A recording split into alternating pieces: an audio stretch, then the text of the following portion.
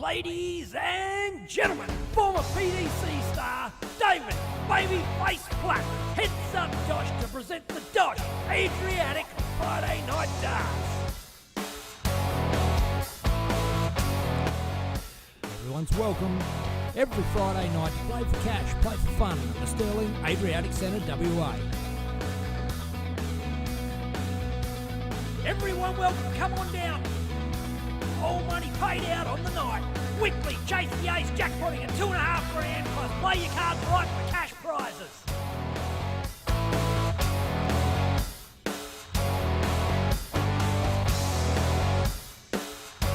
Electronic scoring on Darts Connect and the final stream live on DSL.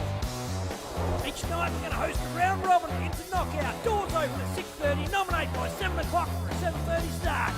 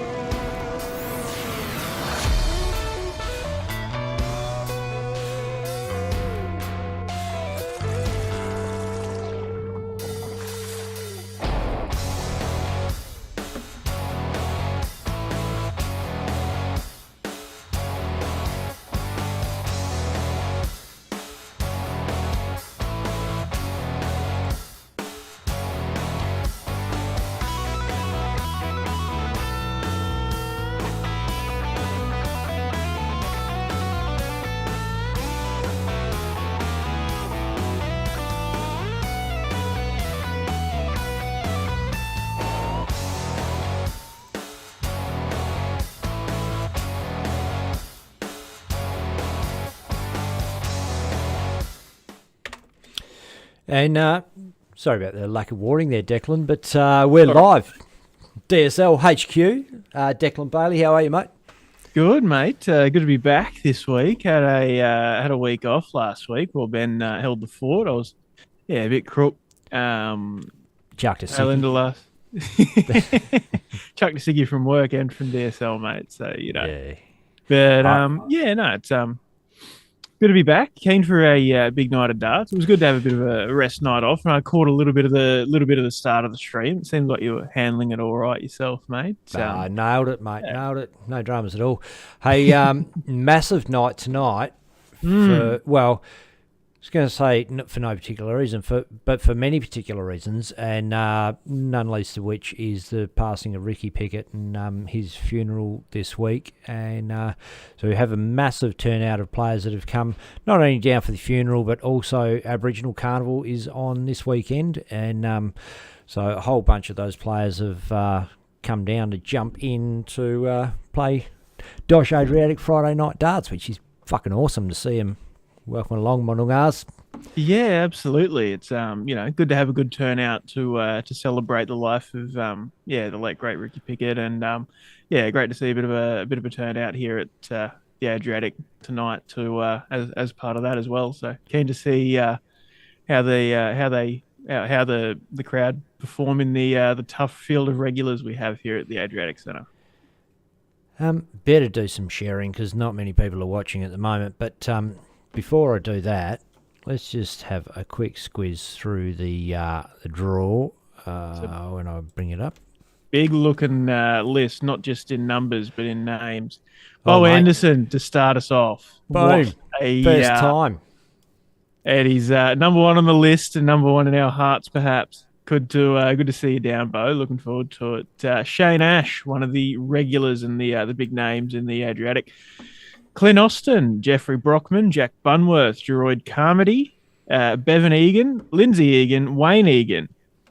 Couple of Egans there. We've had Neil Wayne Francis. a few times. We had Wayne a few times playing Friday nights, but so good to see a few more of the Egans down. Neil Francis. We got Dwayne and Mitchell Goulby, Nino Galunich, John Gardner, Jordan Gould, Matt Hamlet, Glenn Harper, Jordan Harper.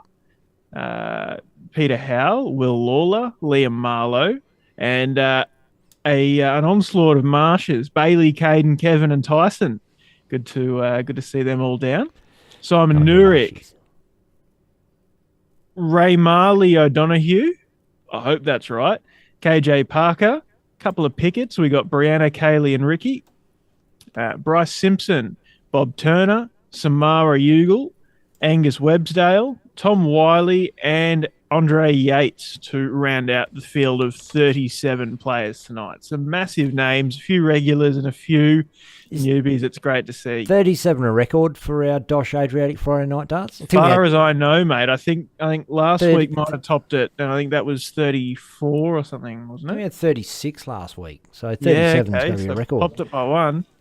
We're on the up, mate. The number of players, the number of stream views, it's all on the up, and it's great that people are getting behind it, not only as players but as supporters of the stream as well. It's good to see some growth on the DOSH Adriatic Friday nights.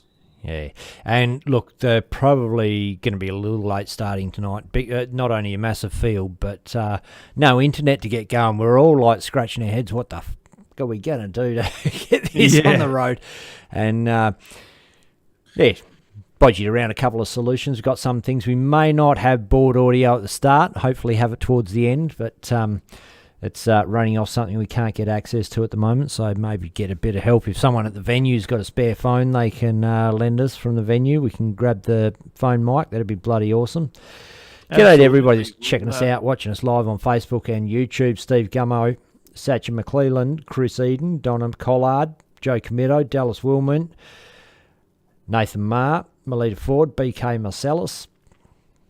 Thanks, motherfuckers, for joining in. Hey, share it round too. Tag your mates. Get them on board. Yeah, absolutely. Get amongst it, get involved. It's going to be a massive night of darts. Heaps of talented names, and we do have some draws up, round robin groups to play. We can run through those and then have a squiz on who's taking on who. I can see the first two names in the first group. They might not be the most happy about it, or they might be very happy about it. But once Ben gets it up, you'll find out what I'm hinting at. Kaylee and Brianna Pickett on the top of Group A on the same board, alongside Samara Ugle, Shane Ash, and Mitchell Goulby. Three Tuppy-Ols on the one board. Bloody hell.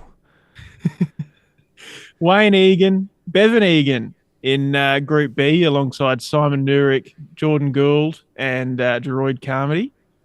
Did Platty mix this right? No, just the way it goes sometimes. Jeffrey Brockman, Kevin Marsh, Ray Marley O'Donoghue, Bo Anderson, and Jack Bunworth. On Group C. Group D, Jordan Harper, Neil Francis, Clint Austin, Ricky Pickett, and KJ Parker.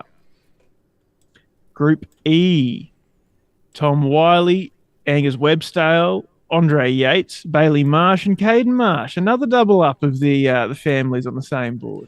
I don't think there's a family filter on the Dart Connect app. You can't If Dart Connect has a keep it in the family mode, I'll be very concerned.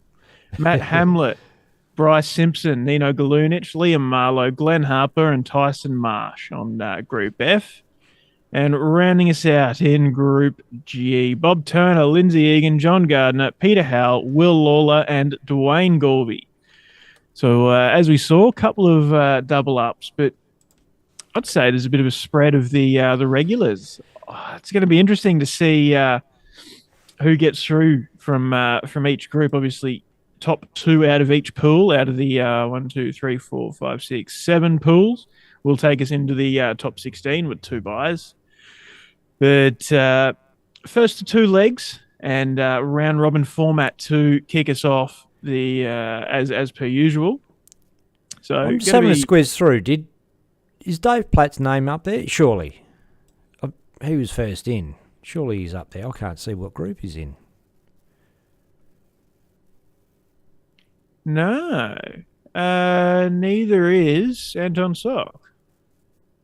Perhaps they've taken the night off with all of the organisational struggles they've been fighting.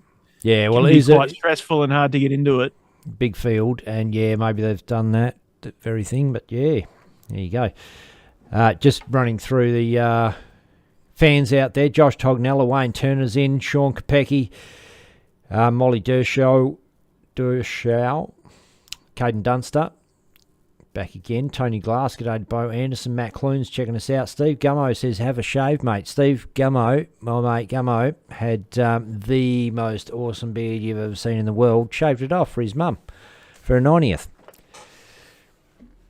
Now, he looks a lot like his mum. Ha, look out.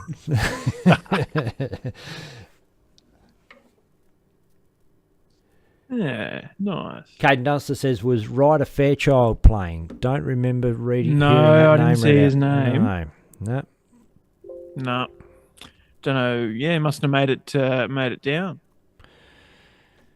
We'll click over and see when matches getting underway. So we're not sure which board we will be streaming, but doesn't matter really. There's a whole bunch of new faces that we're going to get to watch this week. So looking forward to that. Absolutely. Usually it's one of the groups around the middle, but I won't speculate. But potentially Bo Anderson's board might not be out of the realm of possibility. Maybe. Better not get you too excited too early, Ben. I think generally they pretty much just go whatever board it is the board, don't they? So board, they don't mix it up. So are we board 4 or 5 normally? Or Used 3? to be 4, and then I think with the camera move, I think we changed to 5 or 3. I don't know. Fuck if I know. I think it might be We'll 3. just see what pops up on the camera. What are the groups? Hang on, let's have a look. What is group 3? Is C. Jeffrey Brockman, Kevin Marsh, Donahue. Bo Anderson. Bo Anderson is 3. There you go. Group D's board 4. Yeah, they've got the board calls up. So yeah, Group C's board 3, which is Bo Anderson. So yeah, potentially. Bit of a squiz there of the what's going on. Actually, you know what I can do is we have a bit of a look around the venue, eh? Yeah, sounds good. If I can remember how to get there without compromising anything. We've got a few... she might be frozen. Oh, no, that's not going to work for us, unfortunately. Can't do that tonight. Yeah.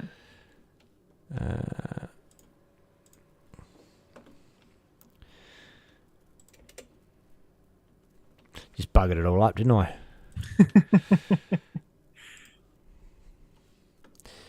Yeah.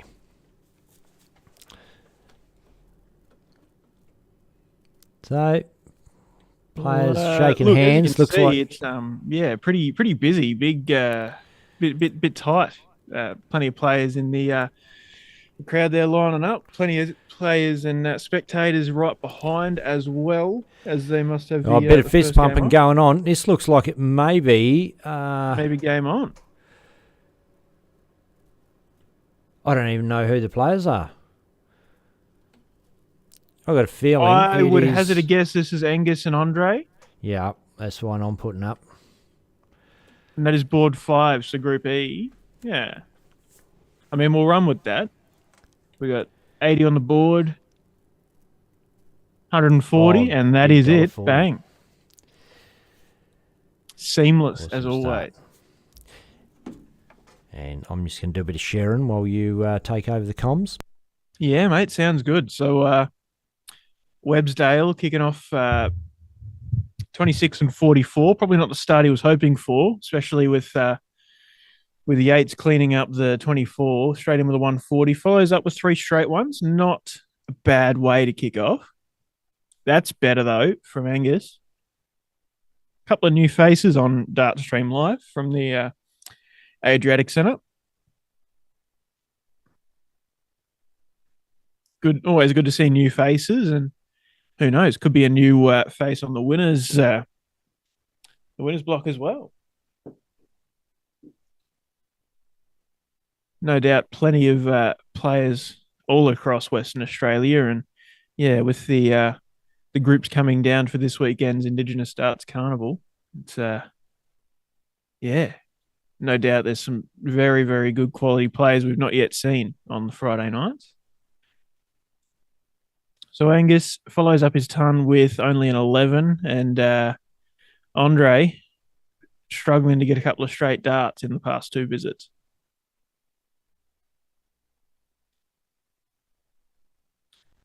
David Cairn says, hello, boys. G'day, David. Nathan Marr, go Gussie. Kailua Wilson. Evening, guys. Keen to watch some darts. Good to have you along, and keen to stream some darts and watch along with you guys. Darren Hanson checking in for the night. Let's get it on. Absolutely, mate. Good to see you back, Darren. Couple more loose ones. Another 11 there for Angus Websdale. Andre making the right move, going down to the 19s. Not only after a couple of sloppy visits going up top, but also being placed on 183. It's the right move. Takes him down to 126. Not a bad finish. And Angus not getting down to a finish. So Andre with 6 clear darts from 126, and not a bad spot to be in the first leg. And 30 on the board. Go back up top. Straight 20s, not a bad dart there. Leaves himself 76 when he comes back.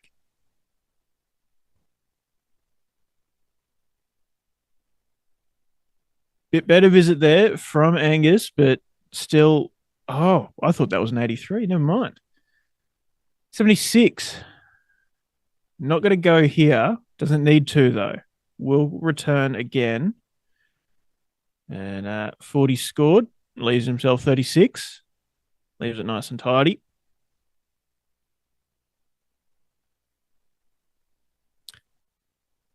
Angus struggling to get down. Bit wide there. Oh, and tactical bust perhaps. No, he went for the 1, but ended up with the bust. So we'll potentially come back for 36. Well, he will now that Angus does not get the treble 20 on his first start. 36 again, just outside. Just inside, it's double 9 again.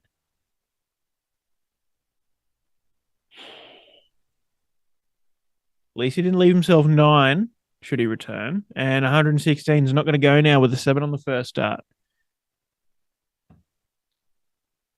Angus is just steadily plugging away, and, with Andre having double trouble, getting down to 32 now.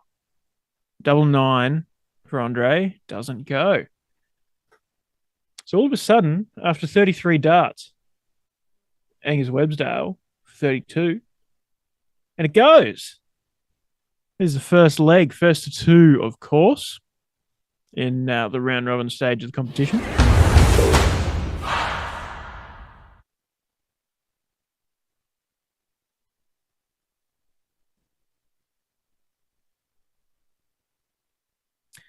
And kicking off with a 98, all of a sudden, Angus Websdale's woken up. And Andre Yates has gone to sleep. The opposite of the way it kicked off in the previous leg.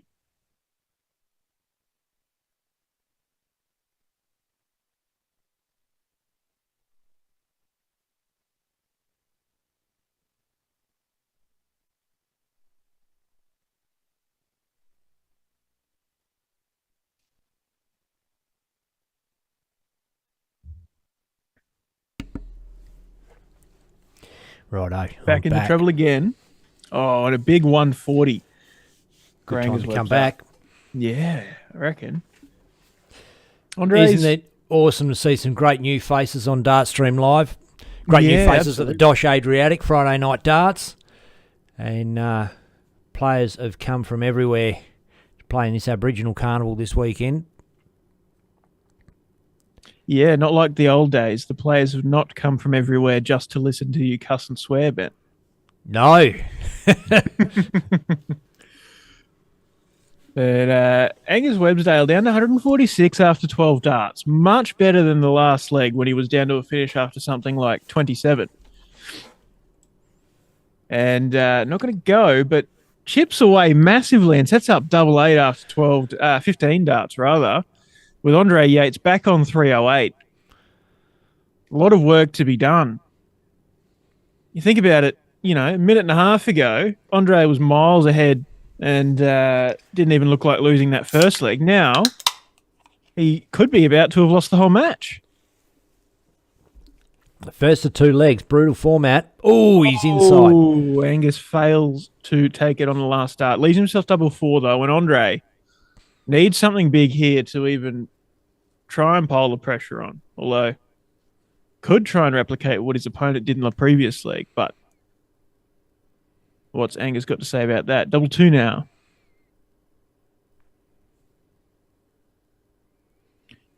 Oh, left himself on the madhouse. Down on double 1, and could this drive him absolutely mental?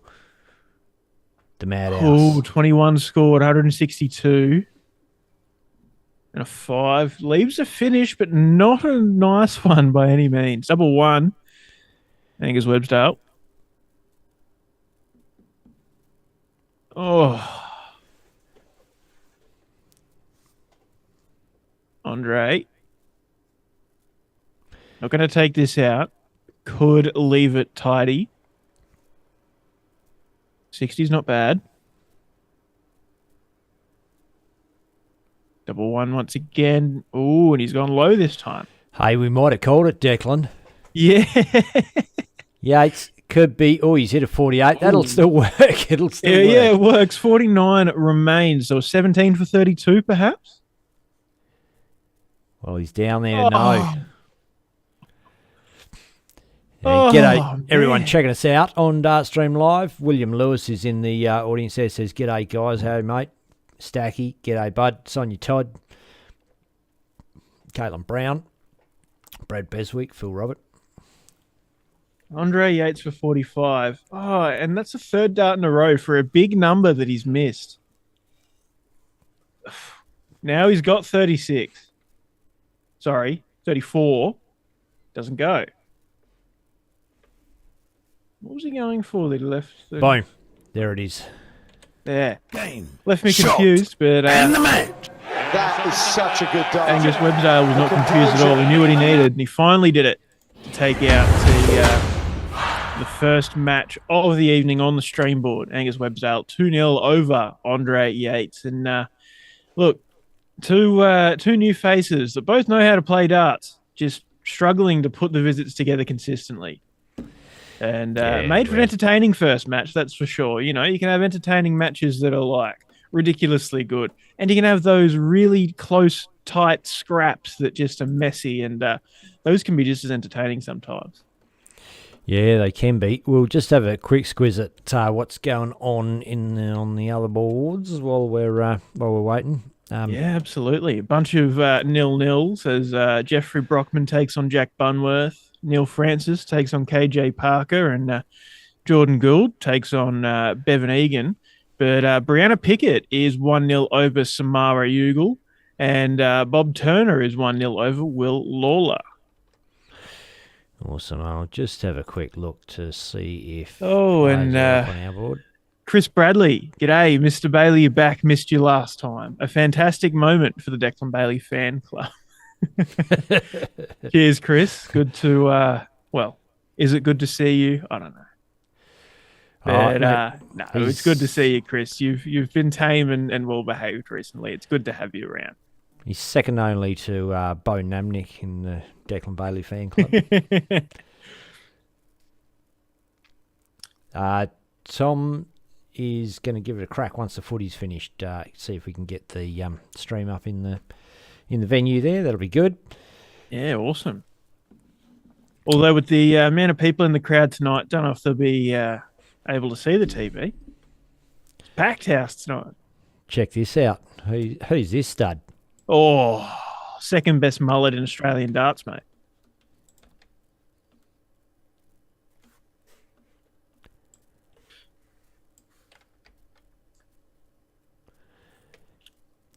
The ghost, Bailey Marsh, here with a stampede of marshes. And it's Bailey versus Caden warming up. Ah. So you're going to see a couple of marshes. And and you've also got Tyson warming up against Bryce Simpson on the other board. Caden's actually the first... Oh, well, I met the old man first, but the first of the young boys that I met, older than Bailey, and was a pretty reasonable dart player. Sort of got overshadowed by younger Bailey Marsh there. Yeah, well, there's not many people that the career of Bailey Marsh would not overshadow, that's for sure. He's quite the young talent and no doubt going to continue on to keep doing great things. He's only been to the UK the one time, wasn't it, Bailey? And no doubt he's itching to get back. Well, he qualified for world use, busted his hand on Peter Hale's head, I believe. Yep. Didn't make it over for that one. Oh, he hasn't been. Yeah, that's right. Yeah, so he's qualified, so we know he's capable. And look, he's still playing to the standard to qualify again. Just wasn't the right time for him life-wise. And, things happen. But one of those things, hands all healed. He's playing like a weapon and kicking off this game with a 121.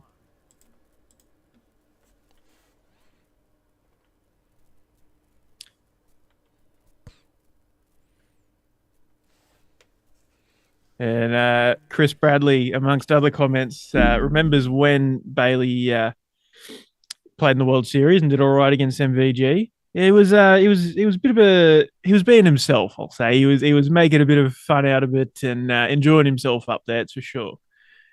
And I'm sure with a couple more appearances, he'll be able to have fun and kick ass up on stage as he does everywhere else in darts. And Chris Bradley also saying there's only one mullet. This guy's clearly in the Declan Bailey fan club trying to be like his idol. And you are just a B-Tech Declan Bailey.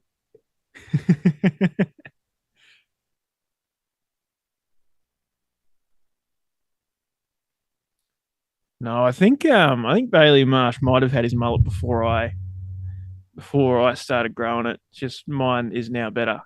There's no denying, I reckon. But hey, that's just my opinion. But kicked off strong with a 1-2-1 Bailey, and now slowed down with 60 and 45 as Caden has a few mixed visits. Oh, and he wanted triple 20 on the last start to leave the big fish, but doesn't. I wouldn't put it past him to deliberately score 40 now just to leave the big fish, to have a crack against his brother.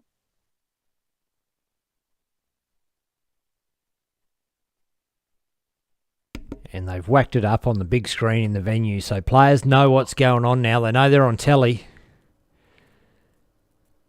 No, he's gone 60. Muffed it. Blew it with a triple 20. Yeah.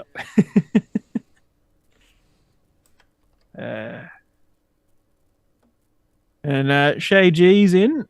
How's it going? It's good to see Shay. We're going pretty well. Got some good darts going on. Plenty of new faces.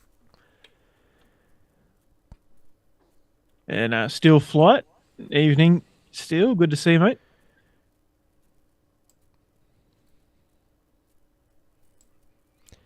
If there's 125 goes for the ball, of course, but hits a 4 and a 3. And now leaves tops. And is it too much to say he'll go for the bullseye when he comes back? Bull. Yeah. Caden's laughing. He's like, "Oh, can't take it seriously." Yeah, Bailey might have said bull on his way back, or said something funny that's made Caden crack up. Obviously. Oh, he's off his game. He's like, "Oh, you're on telly. You're making a clown of yourself, bro. Watch me. I'm going to make a hero of myself. Watch this." Of course he does. He's going 25 bull. Oh, he missed it. See, Bailey's attempts at bull so far have been a bit mediocre, a bit of a mixed bag. He's hit a couple of 25s. Like he had the 25 going for the 105 to leave the big fish, but yeah, just I don't know. Got to tighten up.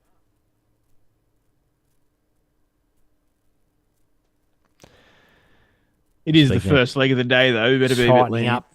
His Caden Marsh's elbow is tight. It's stiff. You can see it. Like he's forcing those darts out. Yeah.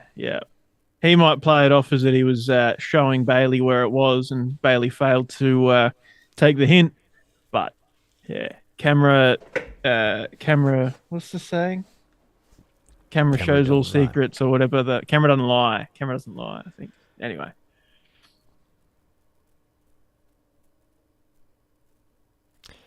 G'day, Steel Flight. Jumped in to have a look. Shay can't see us in the live. No, you won't until the game's done and we pan back to the studio set, unless we do a quick flash. Not a flash. A quick pan over to the set. Quick now flash. That, Bailey's taken Flash, out the tops quickly. Bailey took out the tops and has taken the first leg in, I suppose, a scrappy 25 darts by Bailey's standards. Crabby, Chris Crab, good to see you, mate. Hope you're well. We can stick our heads on the live. It's just busy enough, isn't it? You want to watch the play, you want to watch the darts, the scoreboard. Yeah, exactly. And then, then people will realize how stupid our faces look when we're trying to look at things on the computer screen. We can't see. We get to hide that when we're looking at each other talking. But when a darts, I can't quite see if it's in the treble or the double, and I'm squinting. I look like a bit of a clown. Bailey follows up his sloppy 45 start with a ton. Caden kicked off at 24 and he's straight into the fives. G'day to Brody Charles Rogers in the comments there. Caught up with your mum the other week, Broads. Well, hey.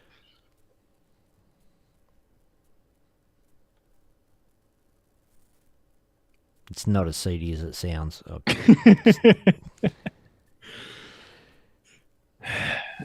Crabby, we're going pretty good, mate. Glad to hear you going well.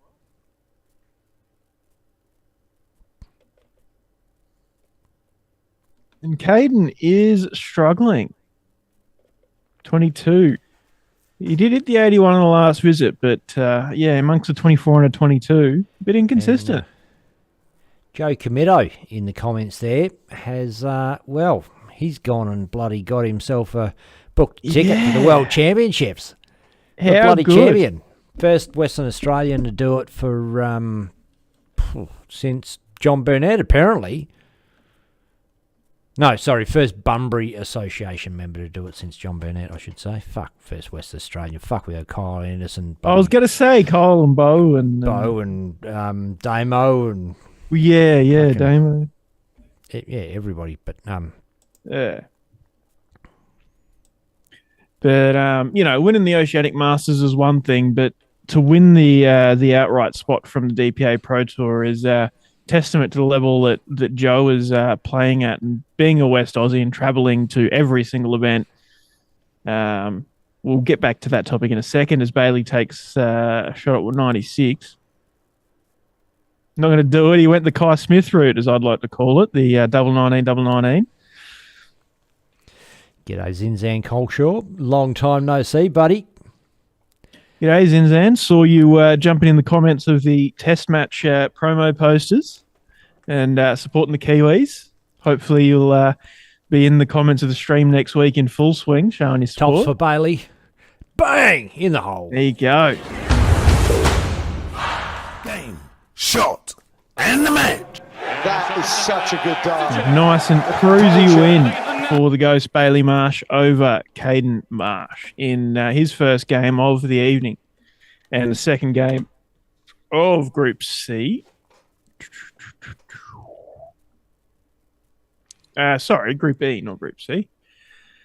But yeah, while you keep an eye on what's moving around in the board, it's as I was saying, like for Joe Comito. Obviously, with the way the DPA calendar shaped up this year, it was all across the East Coast. A few in places like Albury, a lot in Wollongong, Warilla, and somewhere else, I believe, on the East Coast. But yeah, it meant that the players like Lloydie and Joe from Western Australia, and I think there was others that travelled as well. But Lloydie and Joe were right up there in the rankings, and for them to be performing that consistently whilst travelling the most out of pretty much every player that's going to the tournament, it's great to see. And it's good that their commitment to to following the circuit and challenging themselves and trying to make themselves the best players they can be. It's great to see them achieving goals, and for both of Lloydie and Joe to make the World Series, and now for Joe to make the World Championships. It's really keen to see how he goes. He's had a few attempts at playing on stage, and and look, he didn't just get that spot. He didn't just top the DPA by turning up to every event.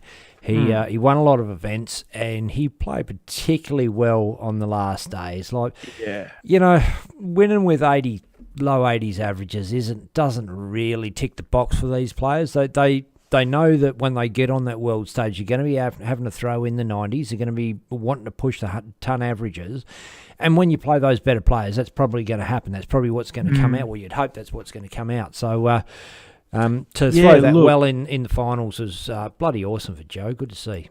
Yeah, for sure. And it's, I suppose, a matter of not only that, but also you look at the PDC players, and some of them will, go to the floor and throw 100, 110 averages. Like, look at, Damon's record. He's been in the top averages of the whole PDC tour for years now, but he's really had a hard time finding consistency on the stage, and it's a matter of, players that can do it on the floor, but seem to struggle to translate to the stage. But, going over there and sort of from Australia and seeing that, you kind of want to be turning up and playing the floor events and being forced to throw those 90, 100 averages consistently, because that gets you in that mindset.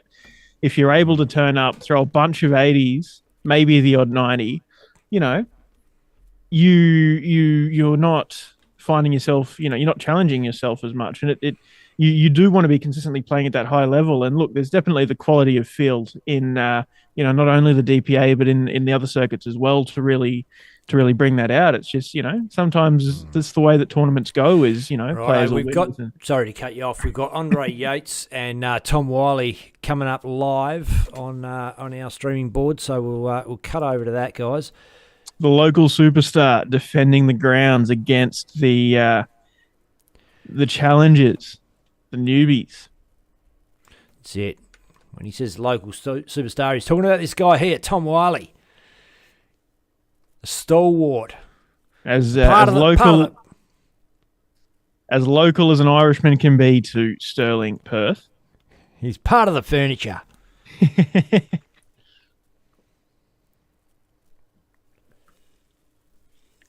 Yeah, he's certainly one of our favourites, and he's always there or thereabouts, and he's had a couple of wins under his belt as well, and he's certainly no stranger to winning a close game on DSL.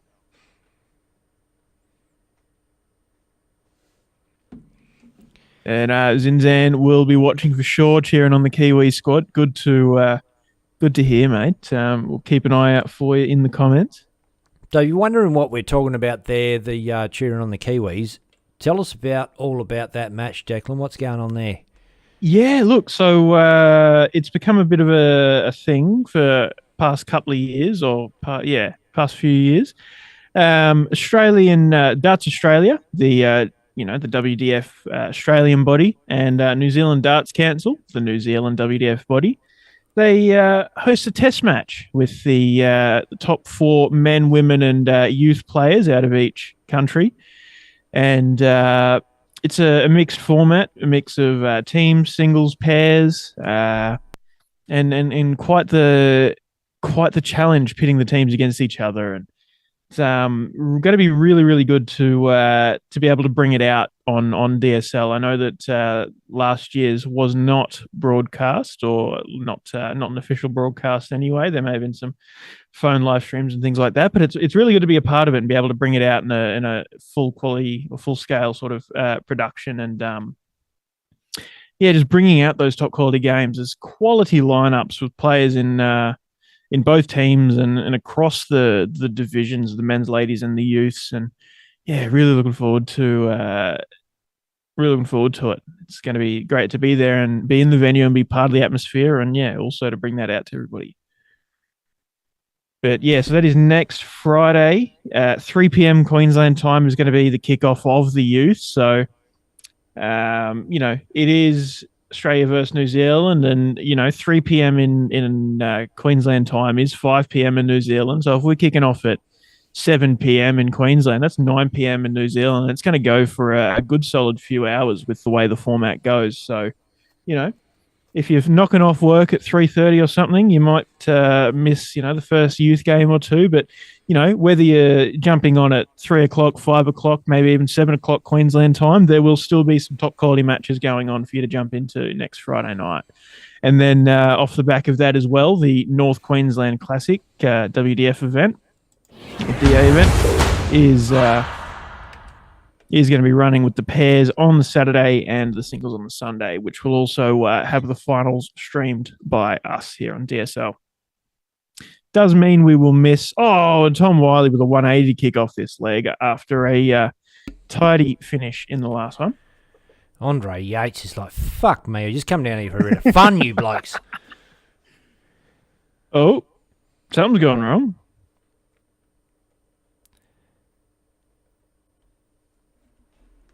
Not Andre's side by the looks. Tom Wiley only got 85. Oh. What? Perhaps an accidental bump of the 180 hotkey that pops up on the side of the thing. Suppose it would have helped in that situation if I was watching where the darts were going and not focusing on talking the whole time.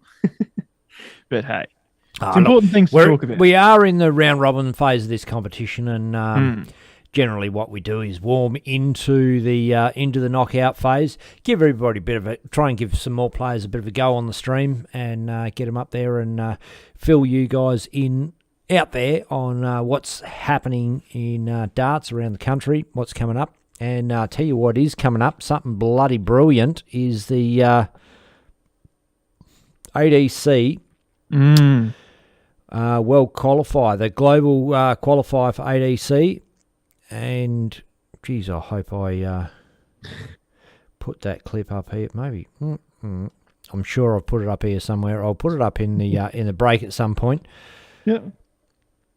But yeah, so for those of you unaware, or, you might have heard about it, but not exactly sure what the go is. So the ADC over in the UK and Europe are hosting the Global Championship in December. And there is a spot available to an Australian, and the winner of the ADC Oceania weekend in November is going to be taking that spot, going over to the UK and competing for up to £85,000. And, usually the prize on ADC Oceania events and, season wins is pretty big enough with the 118 missed for Tom Wiley after a ton and a ton 40. But, usually the prize is big enough in the ADC, not just prize money, but also spots in the Motor Super Series. But this is bigger than a Motor Super Series with up to £85,000. With £85,000 total prize pool. It'll be huge. Check out the ADC Oceania page for details for that, as Tom Wiley takes out 38 and tidy 16 dart leg. And Charmaine, usually cheering for Tom, is cheering for Andre there. But wow, no avail as Andre look, didn't play badly, but Tom Wiley was on a bit of a mission there. And just didn't quite come together for Andre. But hey, still pretty early night. 5 on the board, so 2 games left. And look, not out of the question for him to still qualify with some of the other players if they can knock each other off.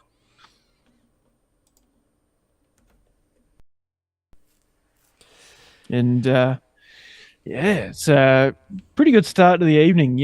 It's when we knew when we saw the ball we were going to have, there was good games coming up. But it's not disappointed so far for sure. And YouTube, Shay G and Keith Baumgarten commenting and saying g'day. Good night of darts. It absolutely is, Keith. Good to see you. Charmaine, Andre is a great dart player. Yeah, for sure. He's played some pretty good darts. Perhaps not not quite as good as he might have been hoping with the results. But yeah, certainly shown some good signs, and hopefully he can warm into the rest of the evening.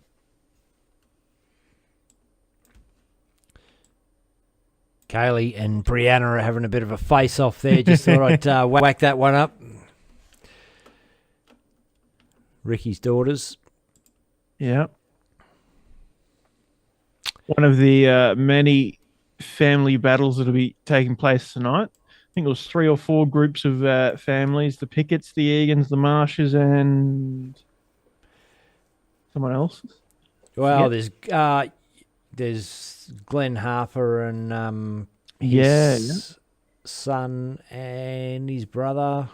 So there's a few. They're not all Harpers, but definitely all related. Mitch Golby and his bro. Egan's. Don't know if you mentioned that already, but Yep. So it's good turnout, good night of darts. Definitely still to come. We are still pretty early on. We've been going for 40, 50 minutes now, and it's hectic. It's fast paced, and although as I say that, the next game's not ready as it usually would be by now. But sure, you got to remember this. We've got as well as all these new players, they're all new chalkers, and a lot of them are not familiar with Dark Connect, so they're sort of new to it in that respect. Yeah, I suppose take it for granted that most of the bigger comps, the DPA, the DPA stuff, and even the ADCs on Darts Atlas, but most of the big gigs use Dark Connect, but yeah, the players come from all over WA for this Aboriginal Carnival, and there's exactly a lot of them from remote areas of Western Australia. Yeah. You wouldn't want to run Dark Connect off of dial-up out in the middle of Whoop Whoop. So, yeah, it makes sense. The old whiteboard marker, and that is still the way to go. G'day, J Baz, Vegas Murphy, John Kiley, Nicky Pick, Khalil Wilson, Lionel Anderson, Stefan Sekulic, Charmaine Hogg, Kevin Sambo Lewis, Andy Moore, Chris Jarvis, Charmaine Hogg, Jacinta Walker, and Charmaine says, g'day Declan Ben, g'day to you Charmaine, good to have you back. Dave Hendricks, anyway, everybody that's checking us out. Yeah, absolutely. Good to have a great turnout of viewers too. Bunch of regulars, couple of newbies, or at least recently newbies. And if anyone's at the venue and doesn't mind giving up their phone for a little while, we could definitely use some board audio. Got a little technical issue at the venue tonight that we can't access the board mic, but we could quite easily grab a phone mic if and it doesn't require much of you. Just chuck a link in your phone, bang, put it behind the board surround. We can hear those darts land. We can hear the caller call. Yeah, exactly. It's definitely adds to the atmosphere, the experience of the stream for sure. As much as we can sit here and talk, there's nothing quite like hearing the darts thump and the crowd noise, and really feeling like you're in there and you're part of it.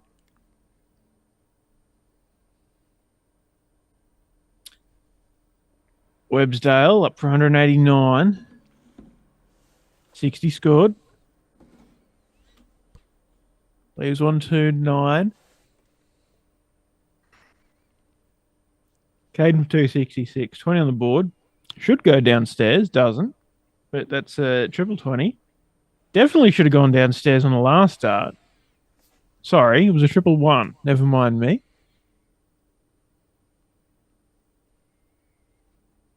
129, hits a 16 on the first start, but there's the 19 you wanted first. And 54 scored, leaves 75.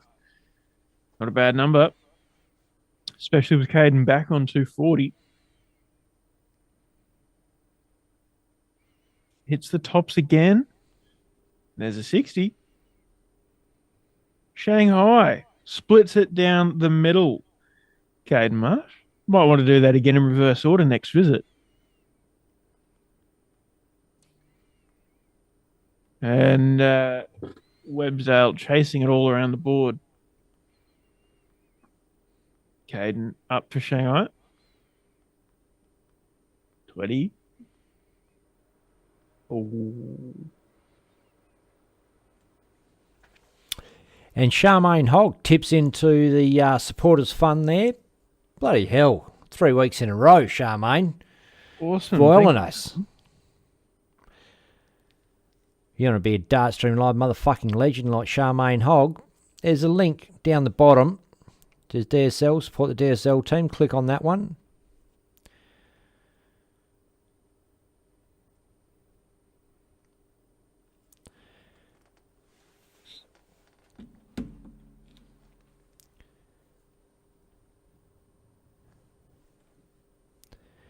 And Mick Martinovich from the club has asked if we mention, and I don't mind if I do, that Footy Grand Final is going to be streamed live at the DOSH Adriatic on a 6 metre widescreen. Wow. Yeah, awesome. So big screen on DOSH Adriatic, the Footy Grand Final, and you know what? If you want an ice cold beer and a meaty meat pie, watching the AFL Grand Final, it's the place to go. Yeah, absolutely. As a Queenslander, and we're pretty good with our pies here, I don't know if I've had a much better pie than what I had at the Sterling Adriatic. And what better meal for the footy final? Websdale takes out the 2, I should say. Yeah, one leg up. Caden Marsh had a chance there. He's wearing his opponents down. Yeah, well, look, Websdale did the exact same thing in his first match. Wore out Andre, or wore down Andre, I should say, and then kicked off the next leg super strong and stormed through to a win. And Websdale kicking off with 55 after Marsh kicked off with 24. And he does just look a bit, tense, stiff, and the darts just aren't going where he wants them to go. You reckon that's lack of match practice or lack of... Oh, his darts have fallen away. He was a great junior. He was a really promising young kid, 15-year-old. Looked like he was going to be all that, and they just kind of fell away a bit. Don't know what happened, but okay. He struggled a little bit. Yeah, it happens. But he obviously still loves it, and coming along and still getting beat up by your little brother can do that to you. Yeah, but then seeing your brother go on to the PDC, you don't feel quite as bad. That's it.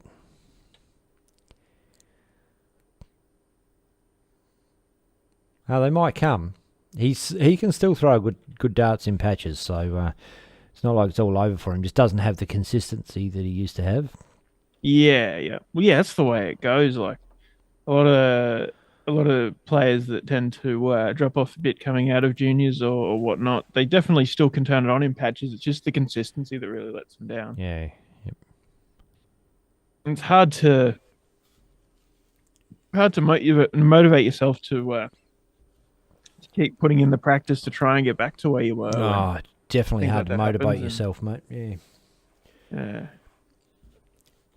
But you can always just take the step back and enjoy it for what it is and turn up and have a bit of fun on a Friday night at the DOSH Adriatic Friday comp. And well, it's a round robin into a knockout, so you've got a chance. You might not be on, you might not be playing that well, but at least you've got a chance out of, if there's 5 players on your board, you're going to have 4 games.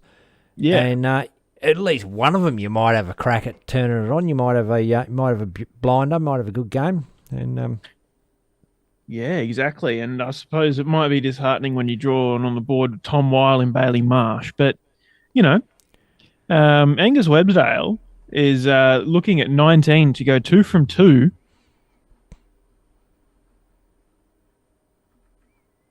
Three for double eight. Oh.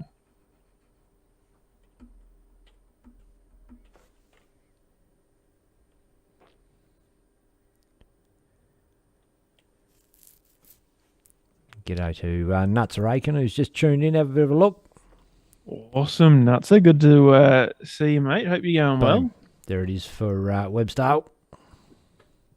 Nice. So, yeah, Angus Websdale is 2 wins out of 2 games played to kick off his campaign this Friday night. And Tom Wiley's up there already.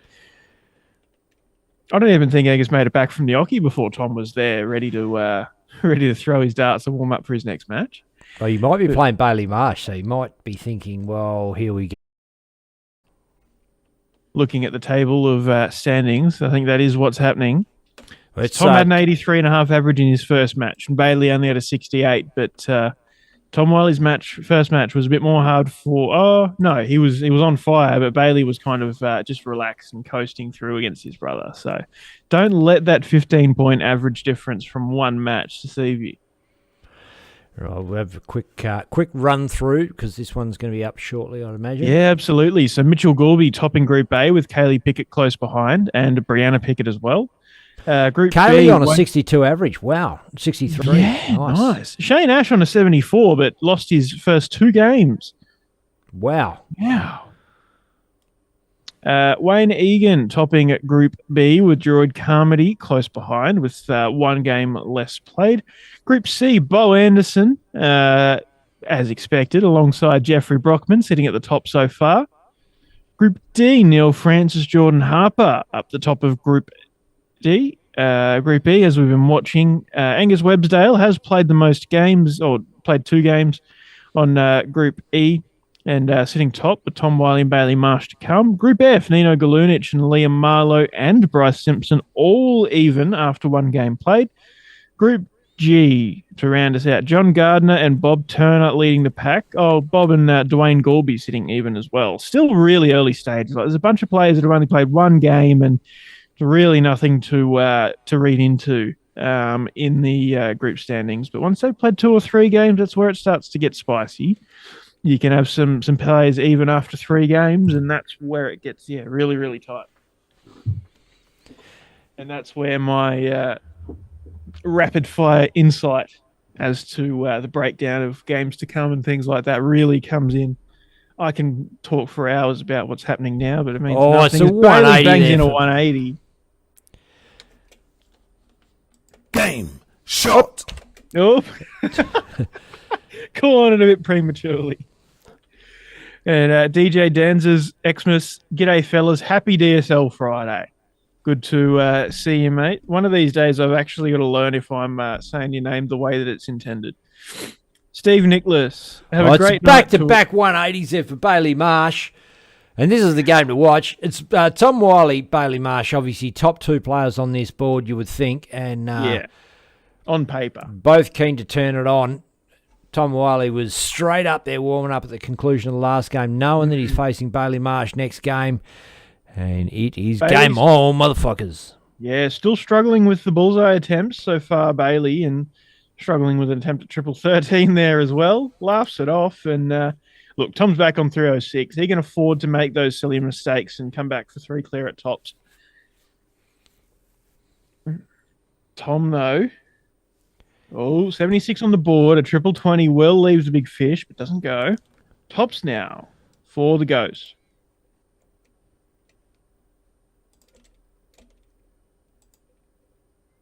Double 10. Boom. There you go. There it is.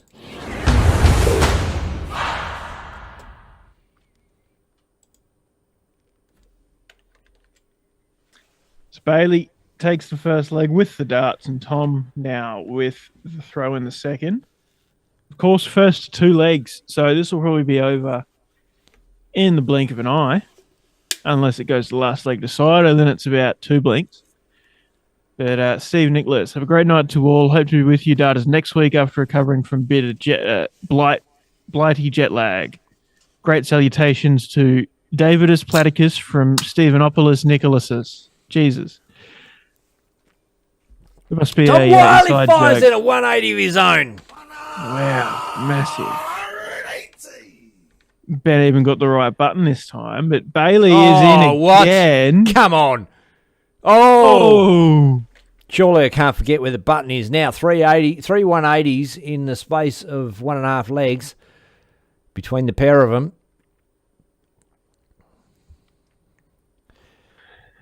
And William Look, Lewis. this is shaping up to be one of the Boom, he's in. highest performing matches we've seen on the Friday nights, at least in the first 2 legs. In again. Big 140. Wow. 204 for Tom.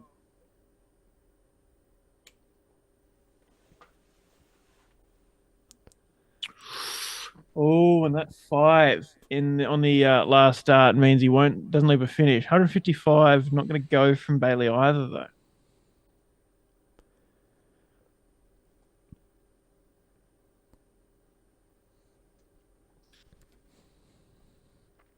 Dave Nichols' money's on Tom. Not going to take out 159, I guarantee you that much.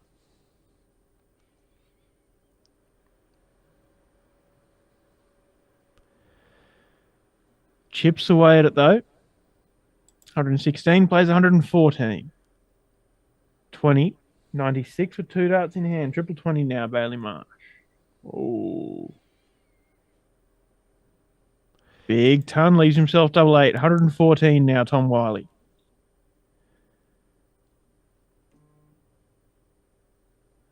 $60, 54 now.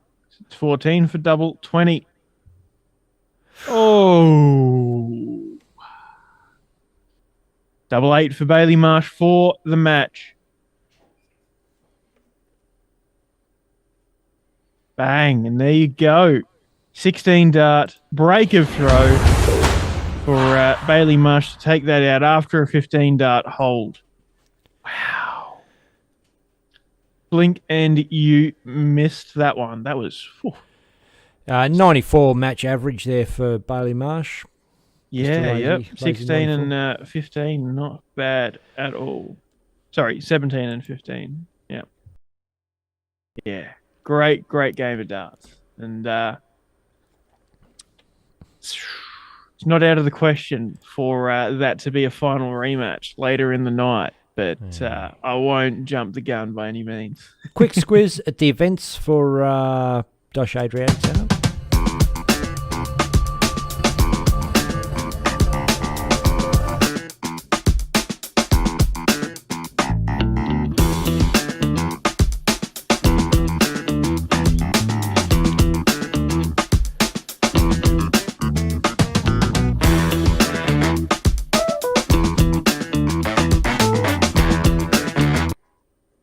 Boom, there they Awesome. are.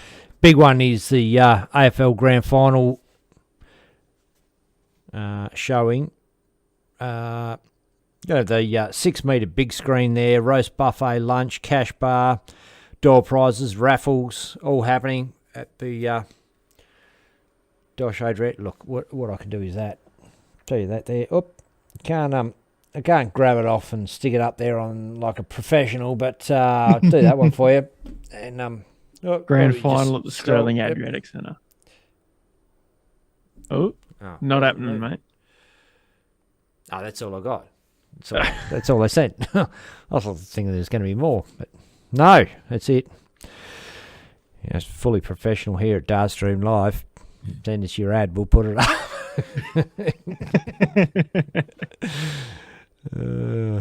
Hey, lucky you, while you're blindly scrolling, you didn't scroll to other apps on your phone, mate. Oh, So, no. It's Oh, a positive. No one wants to see your granny up there, Declan. Whoops. What? God. William Lewis says, good young player, Websdale from Morawa. Marawa, yep. Morawa, yeah. Darren Hayes has got the right idea. Tagging Roderick Hughes. Tag a mate. Share it around. Get amongst it. Get people Fuck yeah. involved. It's the way to do it. Yeah, absolutely. William Lewis says, say hello to my nephew, Bo Ando, great player. There is no question Bo Anderson's a great player and keen to see a bit of him on DSL later in tonight. Fingers crossed. I think a lot of people have him picked for the final, as JK has, Bailey and Bo final. And Charmaine says that Tom wasn't on fire last night at his grand final. Grand final in September. Interesting. But, This is where all the West Australian leagues have their grand final pretty much. We've just finished really? ours. Kathy's is Monday night. And I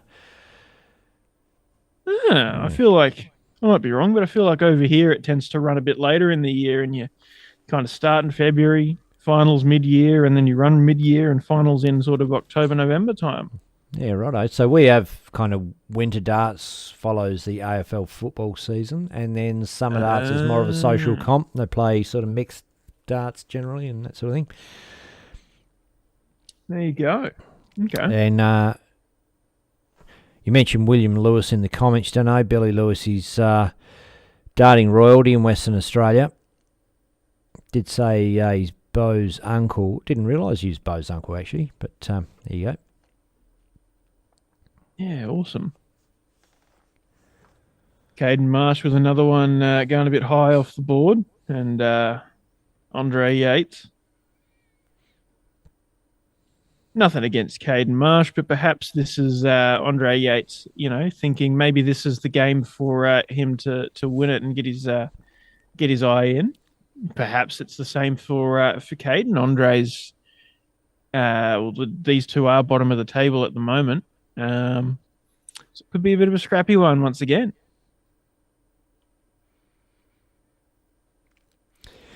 JK in the comments there just asked us to shout out his singles comp. It's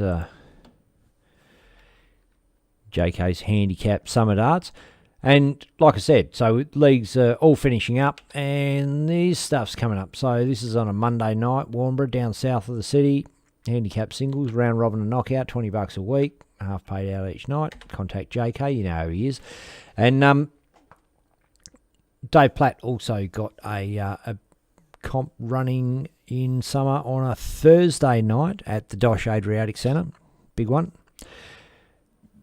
Different comp, not a handicap singles, a graded singles. So there's 4 different divisions, money in, money out. Well, not money in, money out. Money in, but quite a big prize pot on that one for Dave Platt.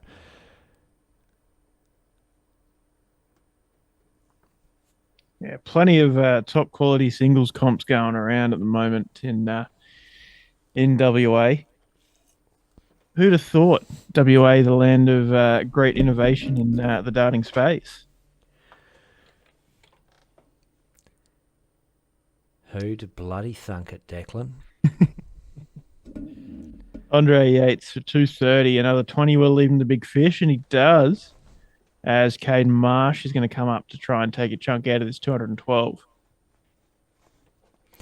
Just heard today that WA was the biggest state of the Darts Australia. So of the states that are part of the Dart Australia affiliates, WA is the biggest.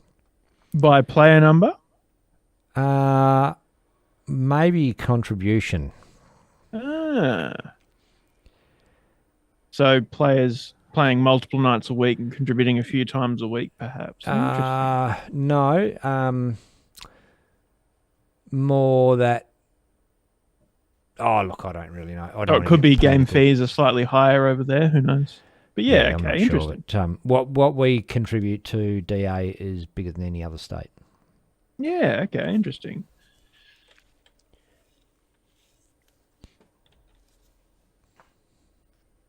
And I think there are 3 Western Australian DA Grand Prix events, including the double header. Is that in Bunbury? Where it's 2 singles comps with the double points kind of thing. But, It's coming up shortly, isn't it? The Bunbury Classic, is that? Perhaps. Yes, it is. Yeah, a couple of weeks' time. Yeah, I think. Yeah. So that'd be good. And speaking of I think Bunbury, that's a WDF silver event, isn't it? yes, I think, and I might be wrong, but I believe it's both days are singles events where you'll typically have a doubles day and a singles day. Both days are yeah. Oh, Caden Marsh has a red hot crack at 145. Ooh. Misses the 45.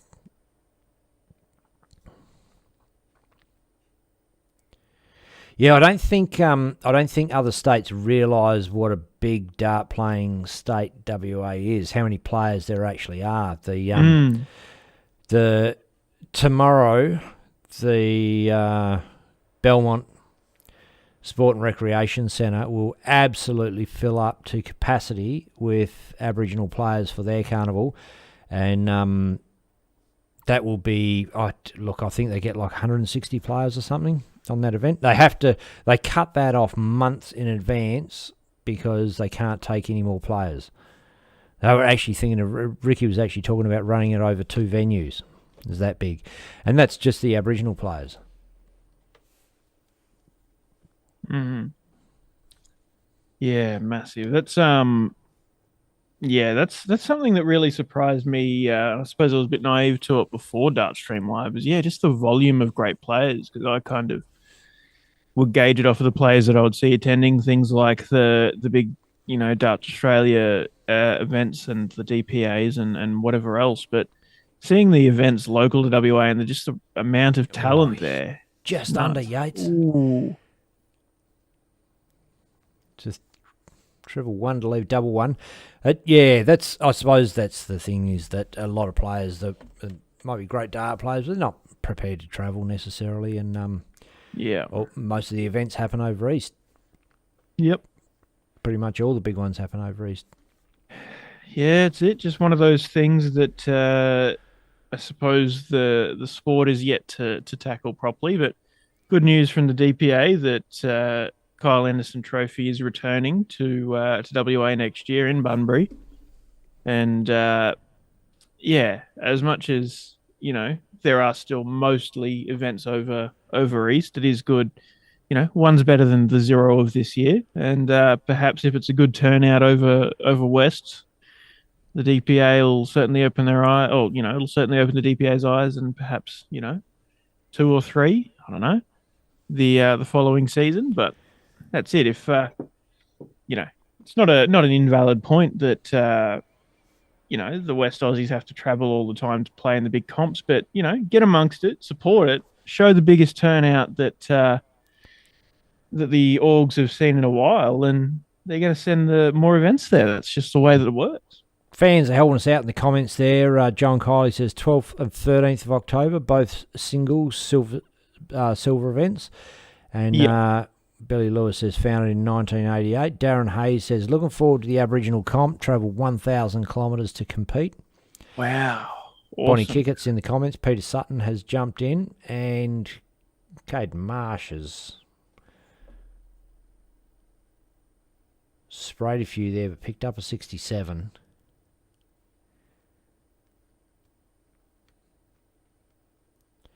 Both players keen to get a win on the board.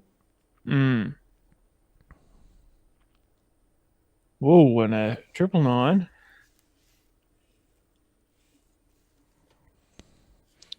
Makes that a 62. Andre does have the first leg under his belt and a bit of a lead here in the second leg. Record turnout, Peter Sutton. 37 players tonight, 36 last week.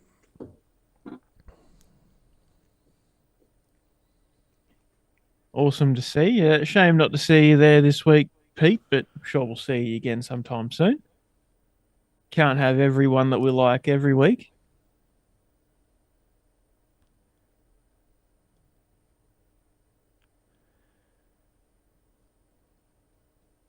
I'm just enjoying seeing new faces, new actions, new styles, new kind of charisma. Yeah, that's it. It's always good to mix it up, and that's the beauty of it, right? We've got those familiar faces, the Bailey Marsh and Tom Wiley, and across the other boards, there's a bunch of familiar faces. And as we were sort of alluding to before, there's a lot of great players in Western Australia that perhaps most people across the country never heard of or unaware of, and being able to get these players' faces on stream and those that make the knockout and potentially, the final go through and win it. That's it's a big step. Dennis Parr's been threatening to come down to Friday night. Don't know if you've heard of Dennis Parr, one of the top players for Darts Australia for years. Yeah, heard the name. I don't know. I wouldn't know them by face or Still anything. Still playing darts and at a top level. So, yeah, doesn't get out and about and travel around, but Mitch Collins says, "Where's the superstar Corey Collins tonight?" Not here.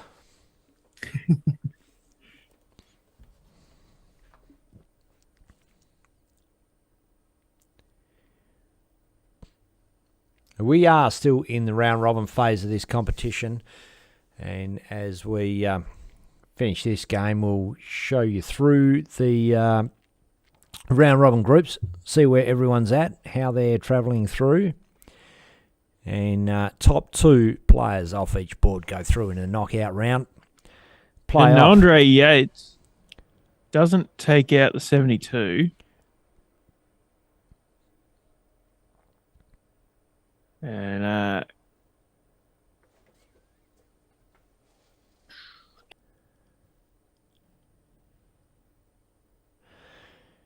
there you go. I think it's in.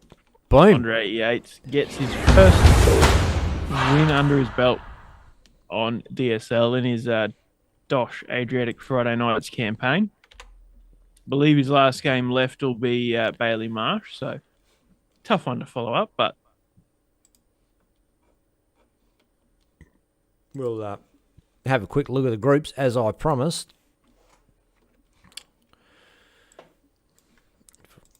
And g'day to Popus Marcos. We're going pretty well, mate. Group A.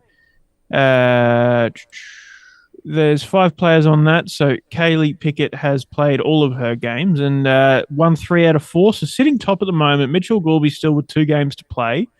And they are top 2 on that board at the moment. So it looks like Kaylee's through.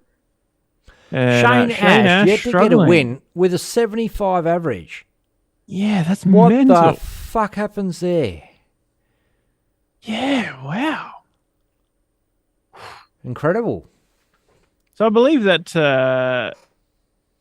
means that Brianna and Kaylee and Mitchell, perhaps, or maybe Samara as well, have beaten Shane while Shane's throwing a 75 average.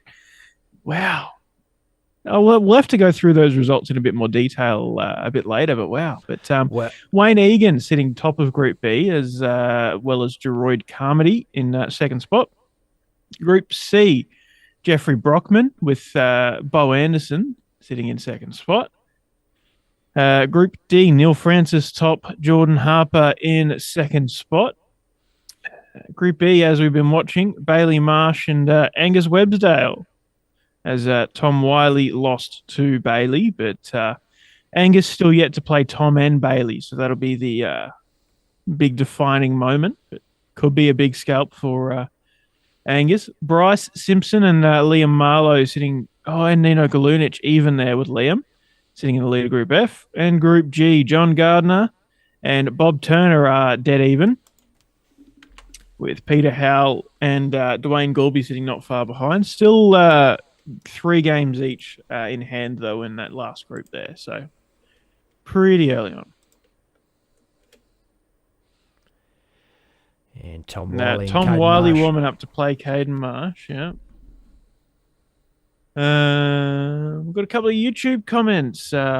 Pistol Pete also on the YouTube. And Dave Nichols. Be good to see more of Pusey. He's a class player. Would be good to see the Magnet come down and have a crack at Sterling. If only we could all get a little bit more Pusey. I'm going to take a break, mate. I'll be back in a minute. Yeah, too easy. Hopefully the scoreboard does decide to kick straight through. It should. And Tommy's just warming up by himself, waiting for Caden.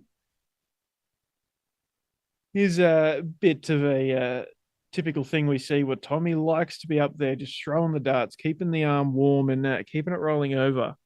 Doesn't want to stand around and wait for his opponent to be ready. He's ready, and he doesn't want to mess around. Here we go. Caden is there. Tom to throw first.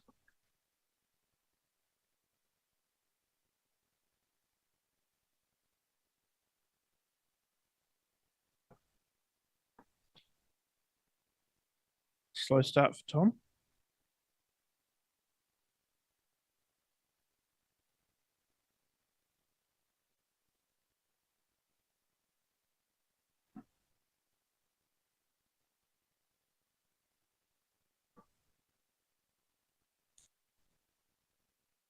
And we are starting to get to the pointy end of the round robin phase, as we just saw. Still first to two legs, and two players off of each round robin pool to go through to the knockout stage.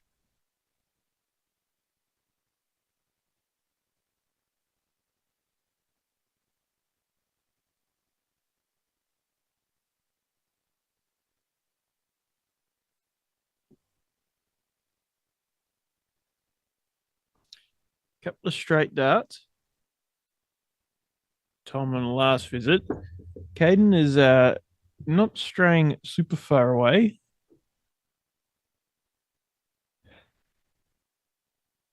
Sloppy-ish visit there, though, from Tom.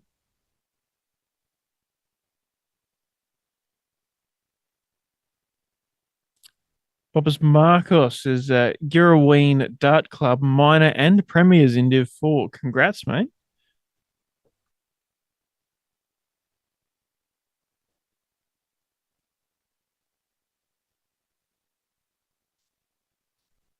Caden taking his time to head up. Oh, and Peter Sutton chipping in with some stars. Thank you, Pete.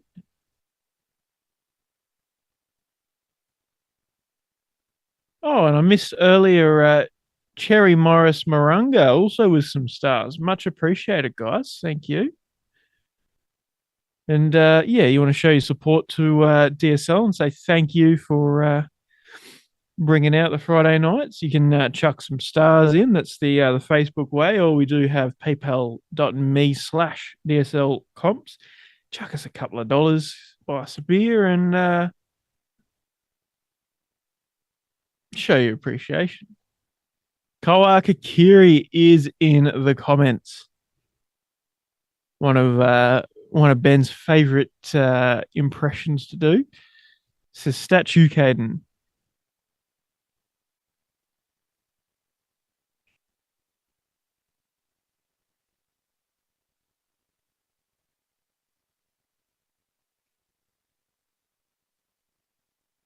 Oh, and Caden off the board once again. Bit of a struggle throughout the evening for him, but it happens.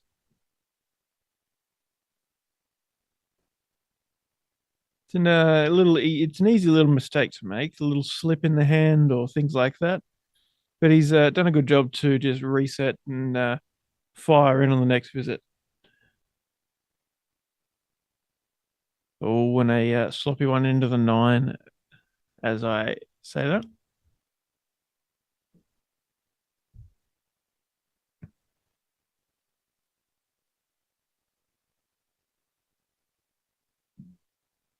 Big 140 for Tom. Leaves himself 57. Will get a shot at it as Caden's back on 305.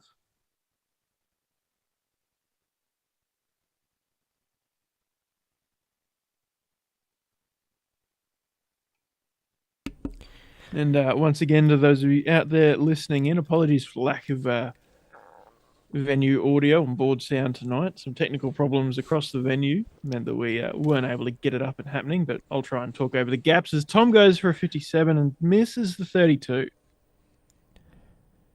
Now, Bonnie Kickett tagging Brendan Kickett.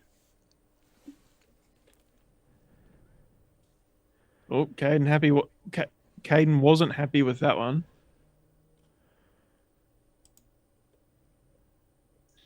32 now for Tom Wiley.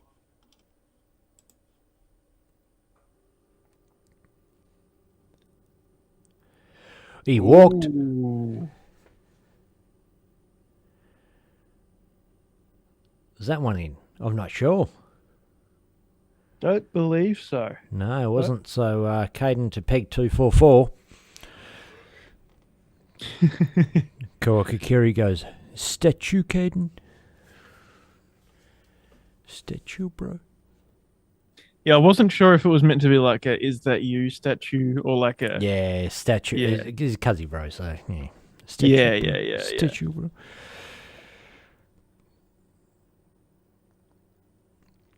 John Kiley says Caden's not played for a few years. Last game against him, he pegged a 170 on him. Wanker. And Tom Wiley takes out 8 for a 30 dart hole to throw. And yeah, with that 1-0 lead, Caden will now have the darts to save himself. JK came and gave us a bit of a hand today. Doing a bit of work. Thanks, mate. Much appreciated. Nearly lost him down a hole. Was only by his own good fortune that he saved himself. Oh, God. I still haven't recovered from the shock of watching him almost disappear. It was almost so bad. Yeah, shit. Okay. I'm glad you're all right, JK. Oh, me Glad you got too. the, Fuck. Yeah, I was going to explain that one.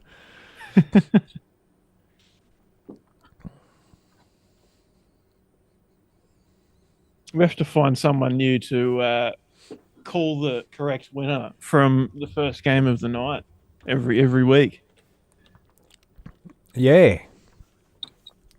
Oh, yeah. So who have you... Oh, are you going to wait He till was the knockout? Bo versus Bailey final was what he called. And who's winning it?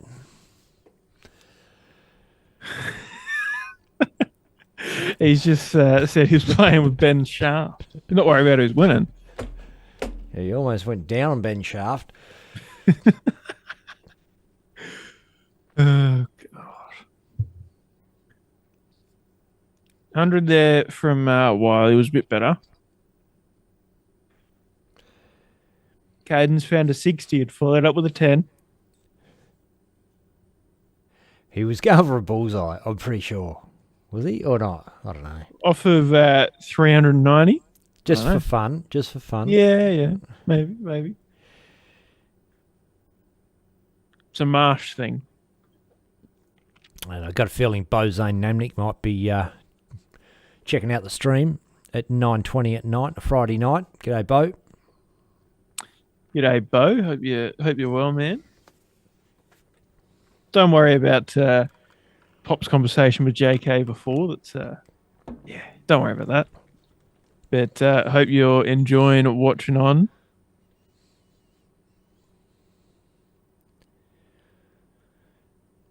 When someone hits 3 1s in Queensland, do they call it a Mars bar, Declan? Is it a national thing or just a Western Australian Mars thing? bar. You don't call it a Mars bar? So Nah. 3 1s is a Mars bar. It was an ad once upon a time for Mars bars was 3 in 1, helps you work, rest and play. Yeah. So now they called 3s Mars bars. Caden Marsh didn't hit a Mars bar, he hit fucking 2/3 of a Mars bar. Another He's time that Tom. not having a great night. No, but he doesn't look angry or sad. He doesn't give a shit. He's enjoying playing darts, mate. Yeah, it's the way Getting out there. way it should be. He's on telly. Yeah. Kevin Dunn says, Darren Hayes, why are you not playing this? Darren Hayes travelled 1,000 kilometres to not play in it. He's saving himself for tomorrow, I'd imagine. G'day, Eddie Tom. Long time no see. Simon Urick's in the comments, checking it out, what he could have done. And Caden throws a 9. Tom comes up for tops now for the match. Double 10. Double 5. Boom. Bang, there it you is. go.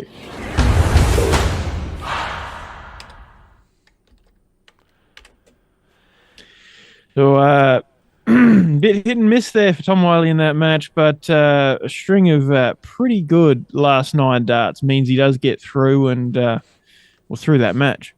And Caden Marsh struggles once again. I think that's Caden Marsh done for the night. I have to Or refresh. do a quick run through if you like, Declan, and see what's going on. Sounds good to me. So Kaylee Pickett still sitting in top spot on Group A. Mitchell Gorby sitting in second. Group B, Wayne Egan sitting top with Droid Carmody in second. Group C, Jeffrey Brockman, Bo Anderson leading the pack still. Not much really changed from last time we were here. Neil Francis and Jordan Harper sitting top of Group D. Did you refresh before we started going through this? Oh, maybe not. Let's do that. No wonder it's not changed from before. Sorry, mate. It's all good. There we go. So Mitchell Gorby is sitting top with Kaylee Pickett in second. Shane getting his first win of the night. And that rounds out his night with Kaylee going through second, guaranteed, alongside Mitchell Gorby. Droid Carmody in top How spot. would you be on a board? You got 3 checks and you win 1 leg with a 70 average. Fuck me. You wouldn't be that happy, would you? Let's credit to Kaylee. You know, Shane is no slouch. And throwing a 70 average, it was 75, in the early stages of the night when he still hadn't won a game. Yeah, credit to Kaylee. Done very well to get through there. Droid Carmody, 4 from 4. Wayne Egan sitting in second spot. Can't be caught. So Group B, Droid and Wayne going through. Bo Anderson back into top spot of Group C, although Jeffrey Brockman 1 leg behind. Still pretty early on in that group.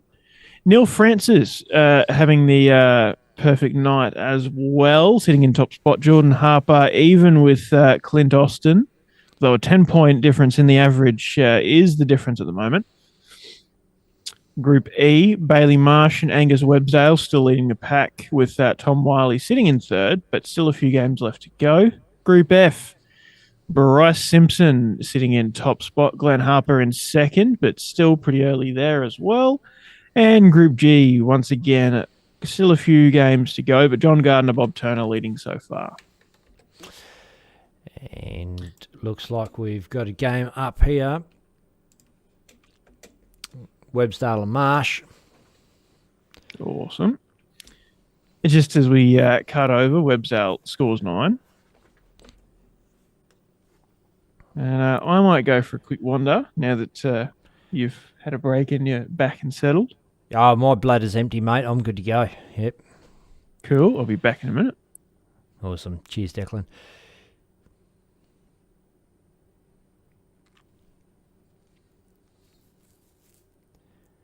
Oh, I've got to remember how to do it now.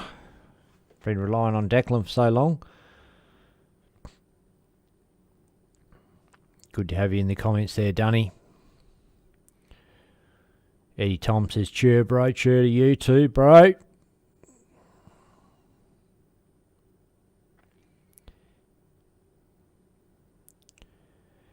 "16 sleeps till Mr. Bo comes to stay with Pop." Oh, I can't wait, mate. Going to be a great little holiday. Got so much stuff to show you won't believe it. Back to the darts.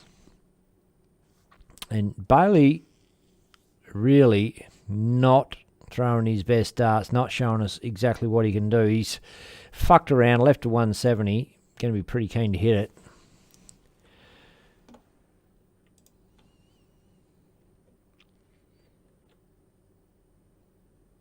Oh, he's well under. Drags it down. Trying to show off.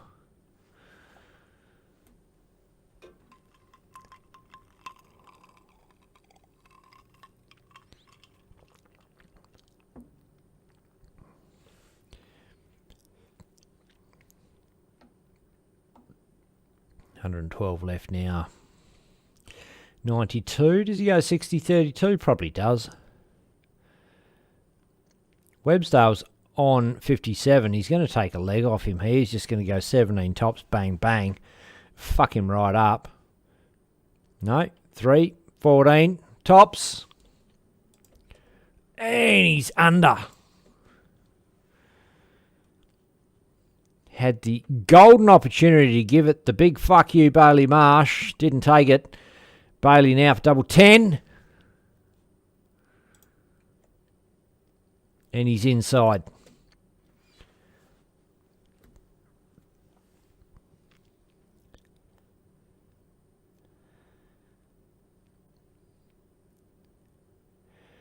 Outside, outside, outside. Double 5 now for Bailey. High. Inside. Busts it. Websdale. Double 10.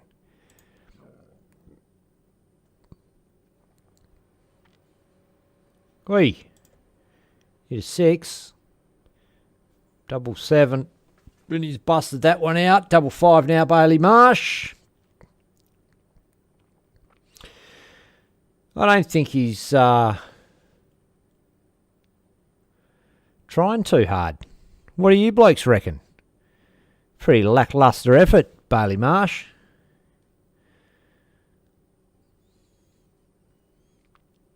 Sometimes you have these games. Both players struggle. Boom. That's in the hole. First blood.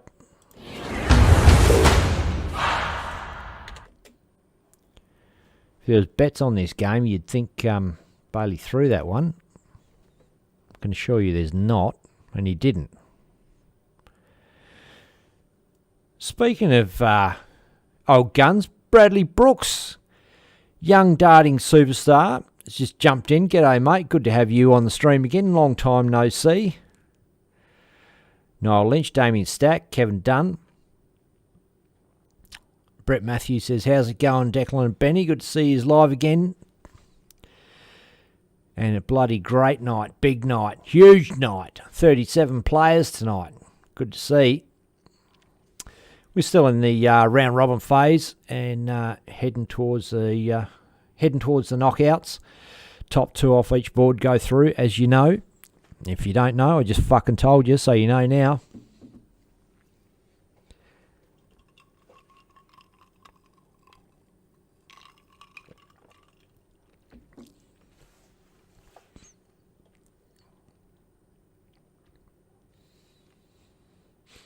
And I think Bailey's just about ready to tear it open. Ooh, a little tentative.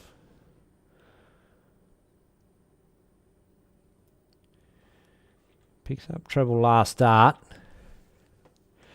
And it is a much better leg for Bailey.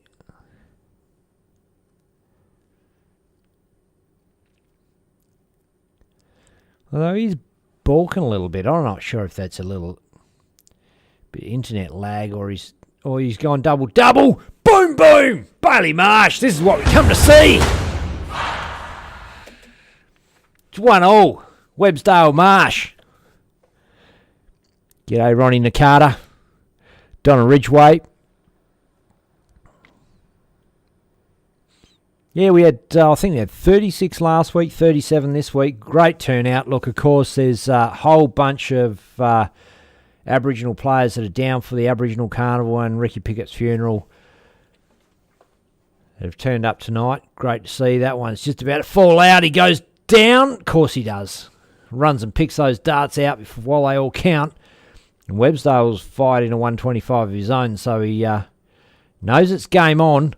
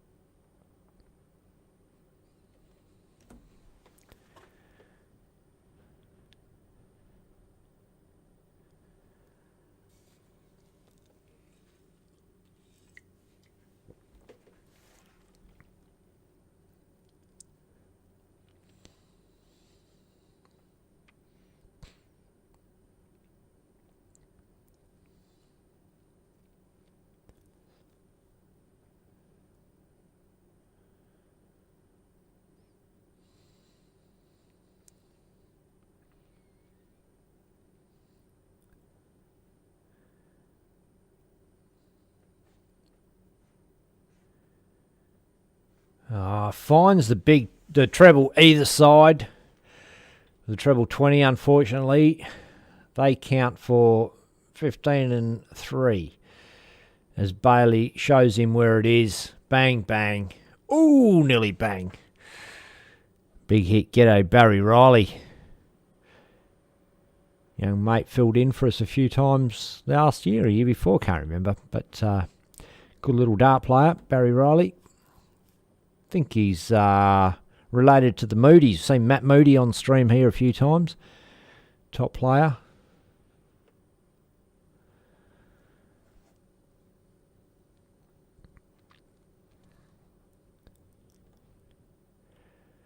Kevin Dunn says, John Kiley, you playing handicap singles tomorrow? Fuck yes, he is. He was almost severely handicapped today.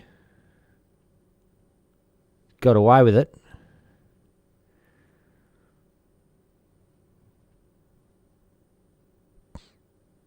Dino Aldridge is coming down next week. Good stuff, mate. 44 Bailey Marsh, 12 for 32.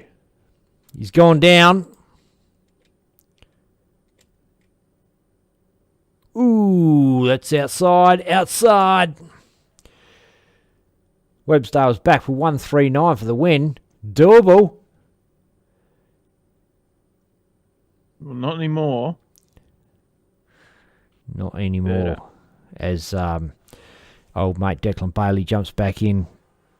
Yeah, you left me on Mike Live this time. Yeah. 32 for Bailey goes, and that is the match. Game, shot, and the match. That is such a good dart. The composure. And I'm back from making myself coffee.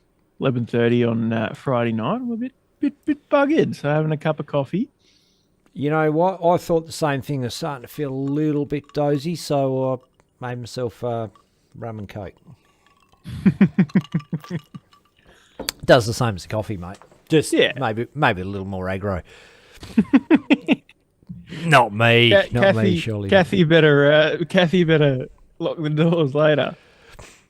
Was that just a Bundy rum thing? Well, I'm not sure. I did say to her, look, you just have a good night's sleep tonight, babe. I'll probably crash on the lounge because I kept her up all night sleep talking and fucking snoring and all sorts of shit last night. I'm not a great sleeper. But quick updates. Mitchell Gorby and Kaylee Pickett. That group E is finished and they are through, as is Group B. Geroid Carmody, Wayne Egan going through. Group C, still a few games to go. Bo Anderson still leading with Jeffrey Brockman in Sitting on second. Bo on an 82 average for the night so far. Quality stuff. Neil Francis and Jordan Harper both have played all of their games, and KJ Parker could jump into second spot, depending on if he wins, of course. Group E, Bailey Marsh and Angus Websdale sitting in top. Tom Wiley is one leg behind Angus, with Tom and Angus still to play. Winner of that will be going through likely second. And look, Tom Wiley's sitting on a 71 versus Angus's 50 average. So these anomalies can happen in and around Robin. You can have, players that, off the boil but get through legs that are easy. So, yeah, average doesn't say everything. Yeah, and there is also just the case of tonight where Angus's last two games are arguably the best two on paper players on the board. So, sits in a higher position for a longer period of time. Right, rip through. We've got a game ready to go. Bryce Simpson, Nino Galunich sitting in top, but still quite a few games to go on that board. And Group G, Bob Turner, John Gardner still sitting in top with Dwayne Gorby not far behind. Nice. Oh, get off. Get off my face. Get off my face. Scoreboard. I can't get the scoreboard off my face, Declan. It's stuck on there. What am I going to do? Picked a bad time to start snacking. Righto. Game's on. Webster, Wiley. They're away. Awesome. Not a bad start from both. Although that one's probably doesn't quite fit the bill. But reminder, this one is for second spot in the group. It's the last game of the evening for both of these players. And the winner will go through. The loser, well, depending on the outcome of Bailey Marsh and Andre Yates, but likely it'll be Bailey topping the board with the winner of this coming second.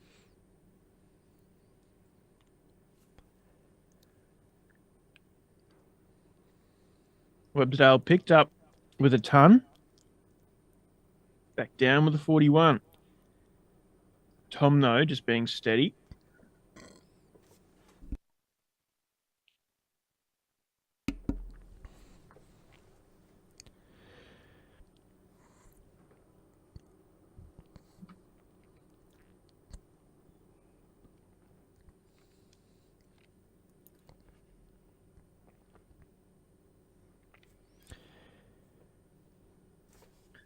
$155 now for Tom. This could be big.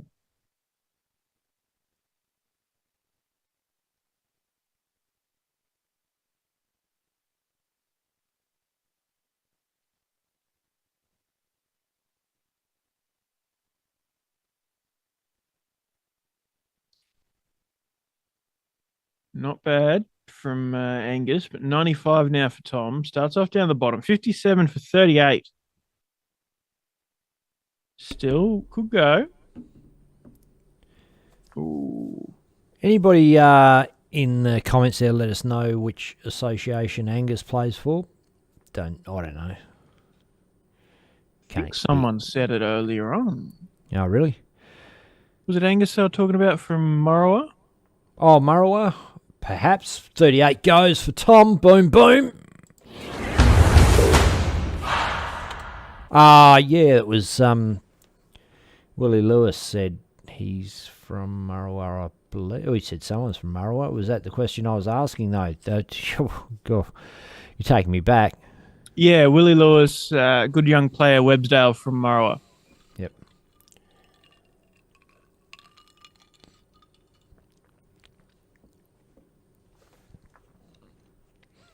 Geraldton men's darts. Okay. So, Geraldton's the association. He's from Murrowa. Got it. Have seen him before. Played Southwest Championships at Geraldton once upon a time. Not Southwest Championships, countries. Geraldton's hardly Southwest.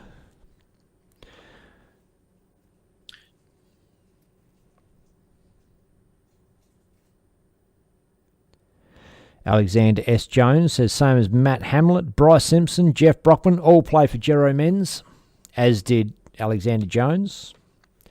Up this way these days. I think he is.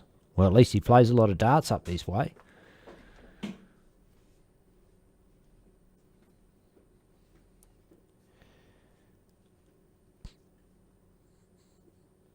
Websdale chipping away with the 28 there. Tom sitting on 320. Takes a solid chunk out with a 60. Oh, sorry, with a 41.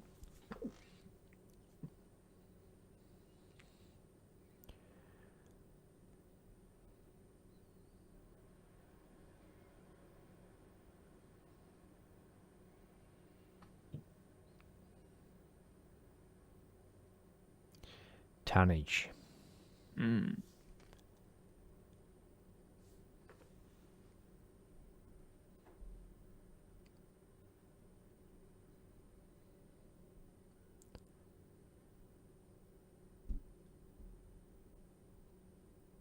$179, and he's 80 on the board.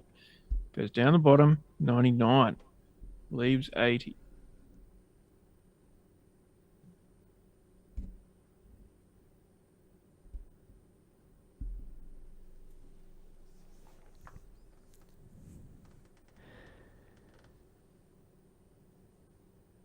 Went for tops. Went a bit high. That one's in. Ooh. Oh, that one's not. Good effort. Mm. Not a bad way to go for the finish for your last game of the match and to solidify your spot in the knockouts. But Websdale's putting himself within range. Double 10 though for Tom.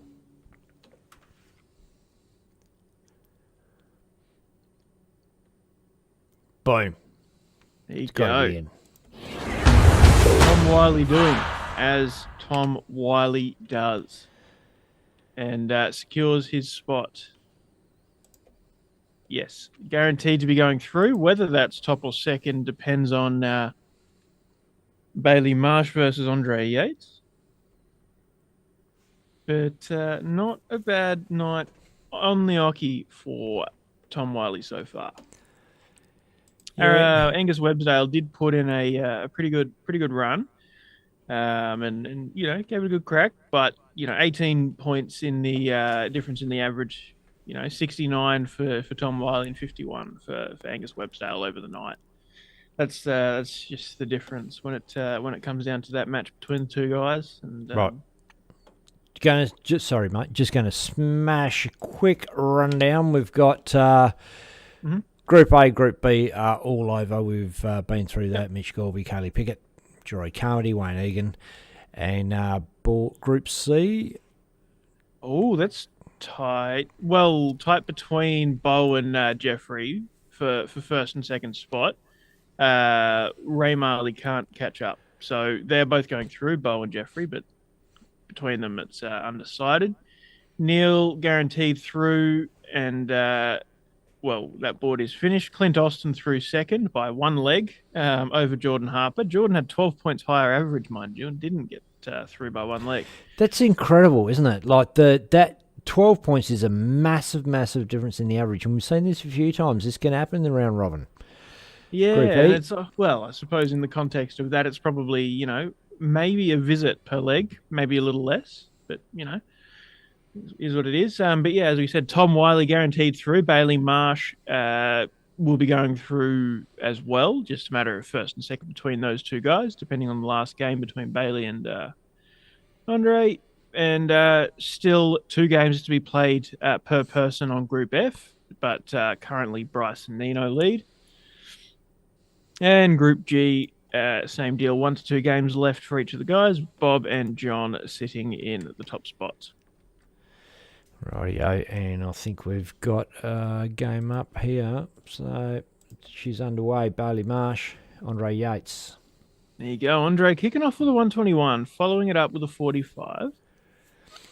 And Bailey is pretty well known for just fuck-assing around when it comes to he knows he's already through. So this is a good chance for Yates to get a scalp on the board and just go, hey, look, I beat Bailey Marsh.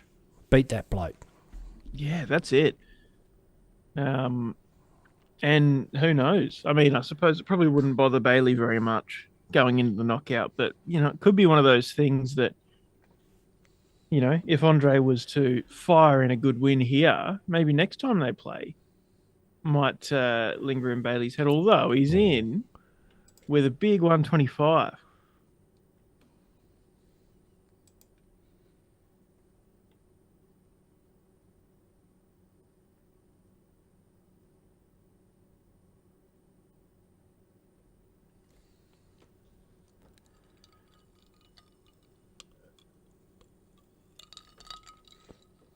And Don't forget, once- sorry. You go. No, you're right. Go for it. Don't forget to hit us up in the comments. You've got talk to us. Not that we're lonely. We've got each other, haven't we, Declan? But, Yeah, exactly. But love to hear what you guys have got to say. It's always good to hear another perspective of you know, what's going on, your take on it, where you think things are going. Well, in the YouTube comments, there's a perspective that I'm not a fan of. A bloke with just the name Jack, no last name, says, my dog could beat Marsh, talking about Caden Marsh, who averaged 38 and didn't win a leg. But, Jesus, Jack, come on now. Is there a need for that? Especially being anonymous. Anyway, try to be a bit more positive or constructive with the discussion. We like to take the piss a bit, but, you know.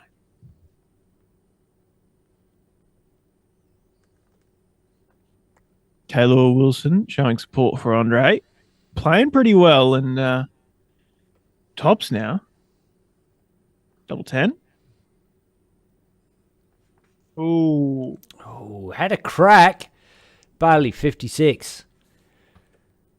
16's good for tops.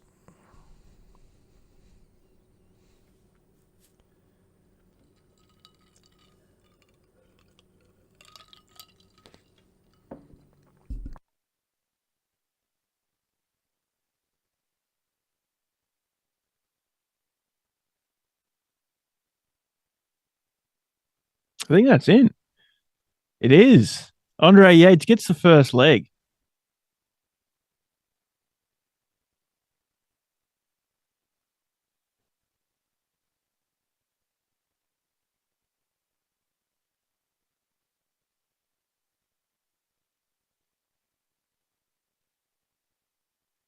Bailey kicks off with a 24 and big opportunity for Andre to jump right into this leg strong. Dave Nichols, Caden knows how to throw, you can tell. Looks like he's been out of the game for a bit, that's all, yeah. Yeah, exactly, Dave. That's, what Ben was saying, that, used to be a weapon on the board and dropped off a bit after juniors and that kind of thing. It happens. But yeah, you can definitely tell with the way he approached the game and the way that he throws his darts. He knows what he's doing. Just didn't quite come together. Yeah, I used to get on really well with Caden. Good young kid. He was a ripper young kid. And obviously he's a man now. It's not a young kid anymore. He'll bloody grow up.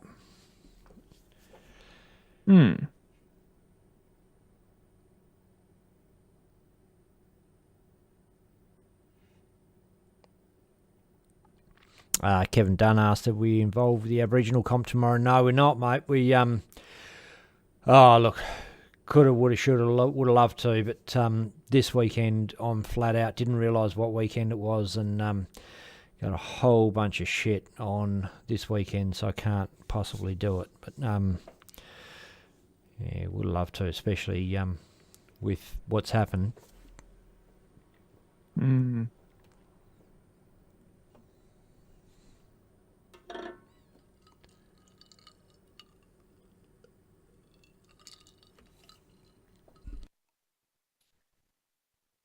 Bailey off for 282.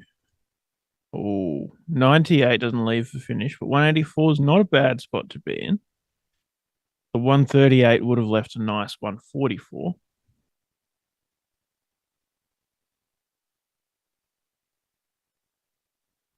And Peter Sutton says, anybody that gets in has a go, good on you. Yeah, absolutely, mate. That's it. Get your head on Dart Stream Live, play a game of darts, have a bit of fun. That's what it's all about.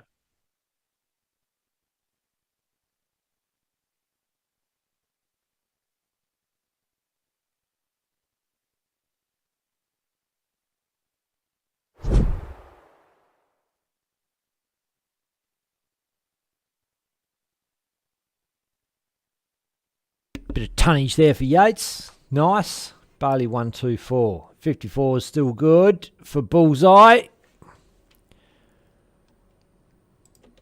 Oh, not quite. It's 200 for Yates. And look, not out of the question, especially hitting a triple on the first start. Splits Pistol. it down the middle with his second consecutive ton. 34 for Bailey now. Oh, boom, straight in the hole. Pistol Pete says, watching on YouTube, can't comment on the telly. Yeah, you can, but it's a pain in the fucking ring hole.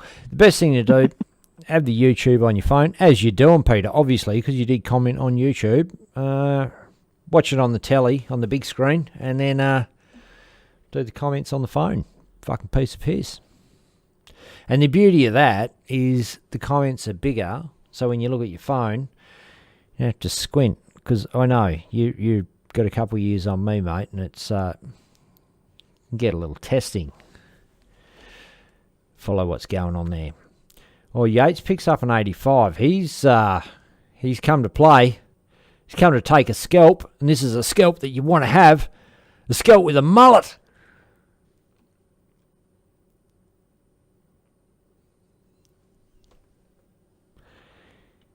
G'day, BK. Brent Kenny, Aussie Dart Supplies Online. Great supporter of Dartstream Live. Jumped in to have a look. Awesome. Good to see you, Brent.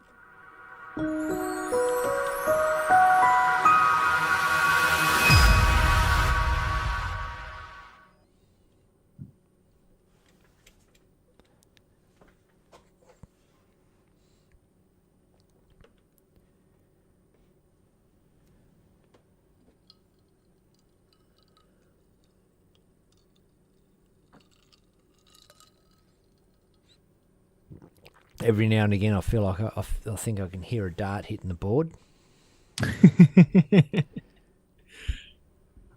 Yeah, I'm used to taking the foot off and staying quiet for a little bit, and then I forget that there's no board sound. So a couple of good visits this leg. The ton, the 98 and the 96 for Bailey Marsh. Down to 181 after 12 darts. Yates only finding the one treble so far, but getting down pretty close.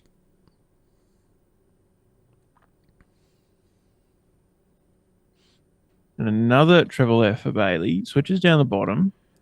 Leaves himself 84 when he returns. But what can Yates do to put the pressure on in this last leg decider? He's definitely throwing way meaner darts. Look at those darts. He fired those in. They were just above the treble, but they were mean-looking darts. He was all about it. He's hungry for it. 14 for the bullseye. Bailey Marsh for the match. Ooh, 25. Bull will lose him again.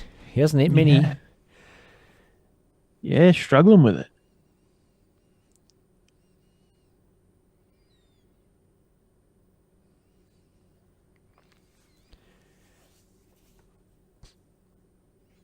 $25 for Bailey Marsh.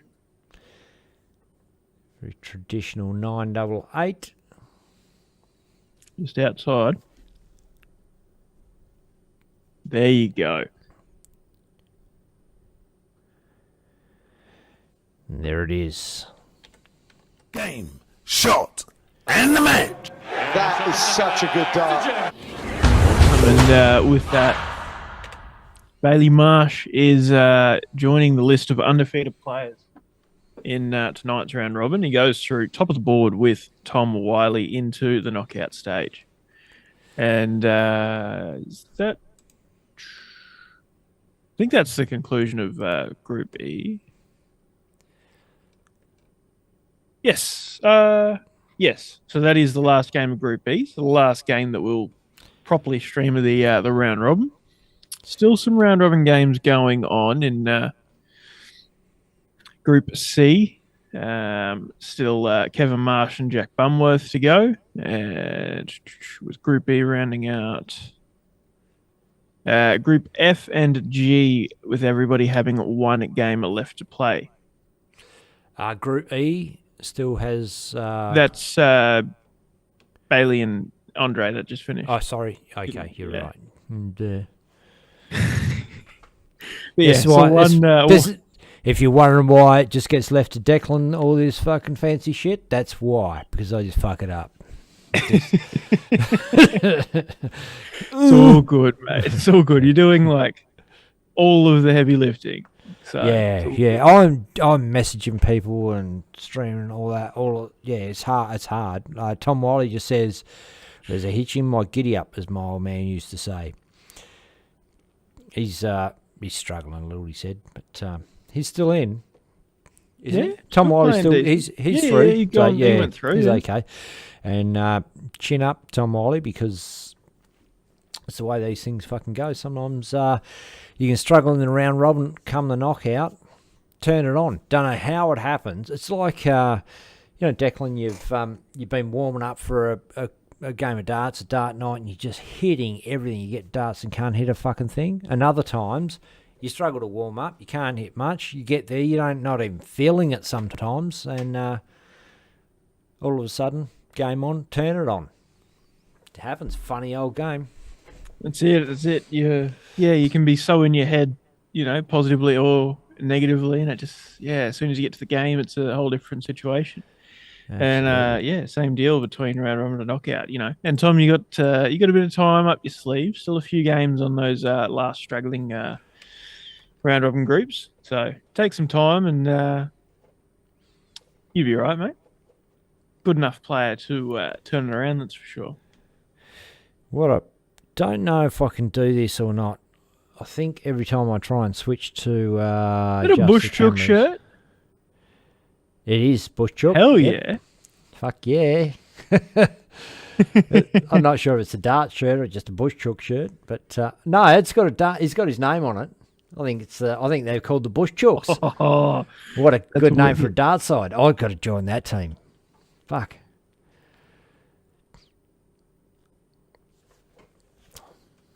Coming from everywhere. Anyway, let's give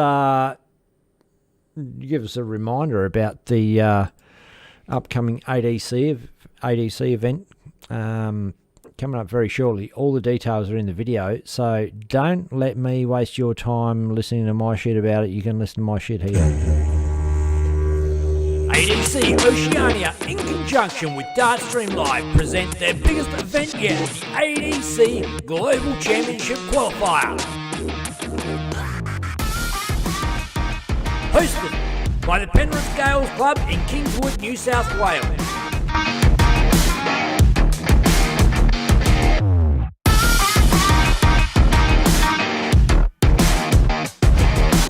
Everyone's welcome on the 8th, 9th and 10th of November to take on Australia's best to play for $10,000 prize money over the weekend and the chance to compete in the ADC Championship with £85,000 prize money up for grabs. Massive thanks to all that make these events possible.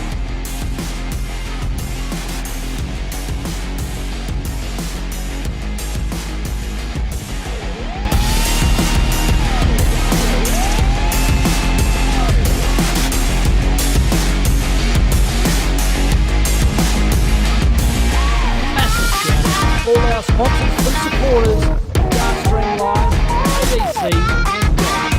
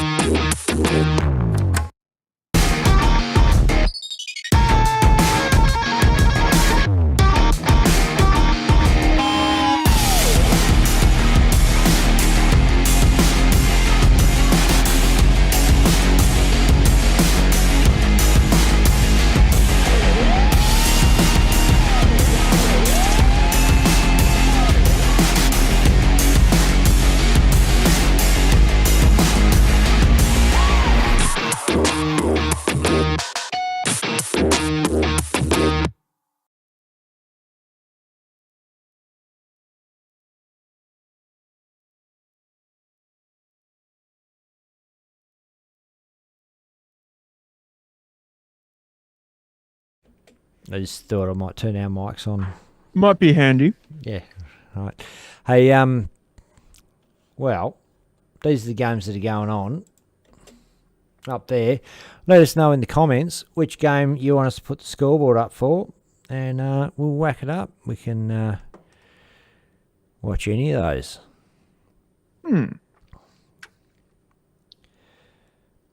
Josh Boravina's there. Charmaine Hogg says, hey, cuz. Vic Headland's watching. Peter Sutton, team in Rockingham. Steve Fitzpatrick's checking us out. Kevin Dunn says, 100%, mate.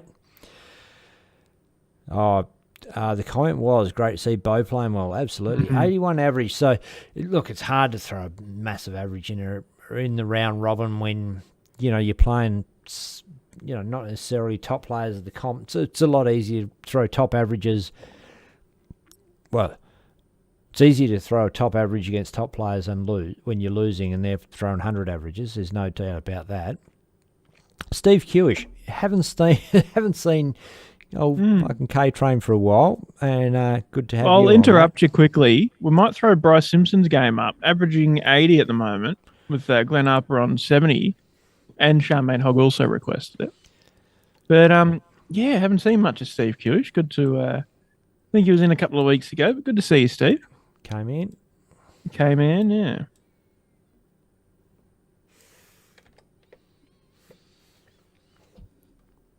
So, Bryce Simpson playing some pretty good darts.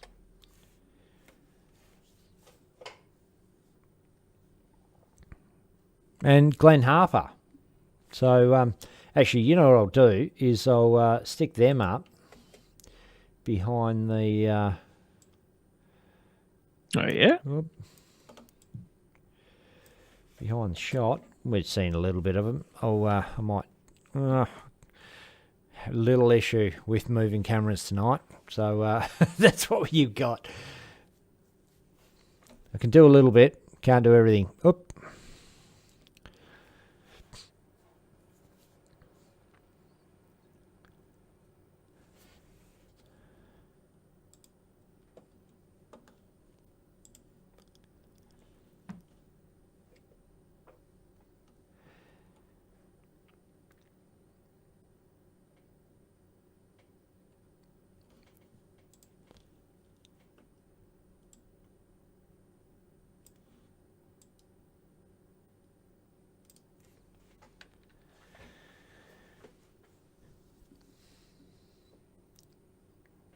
$170 left.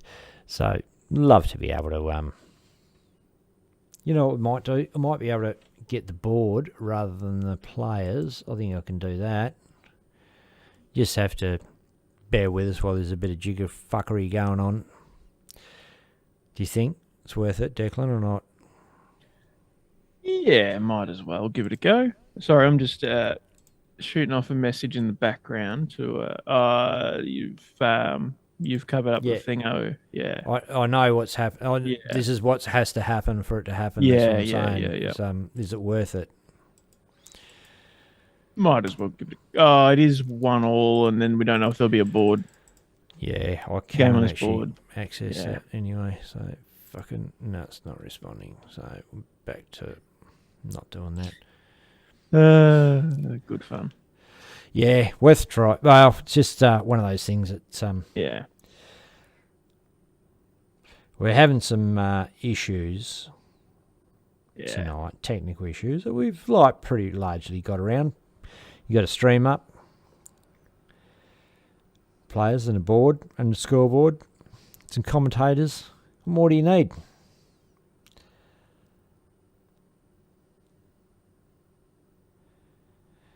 Steve Kewish says, lost the love after Tor's left, but love your show. Hey, we still follow Tori. See what's going on. Yes. Great to see she's back playing. She's throwing some darts again. Yeah. Recovered Starting to get from some that results injury. again. Yeah, good to see. Yeah.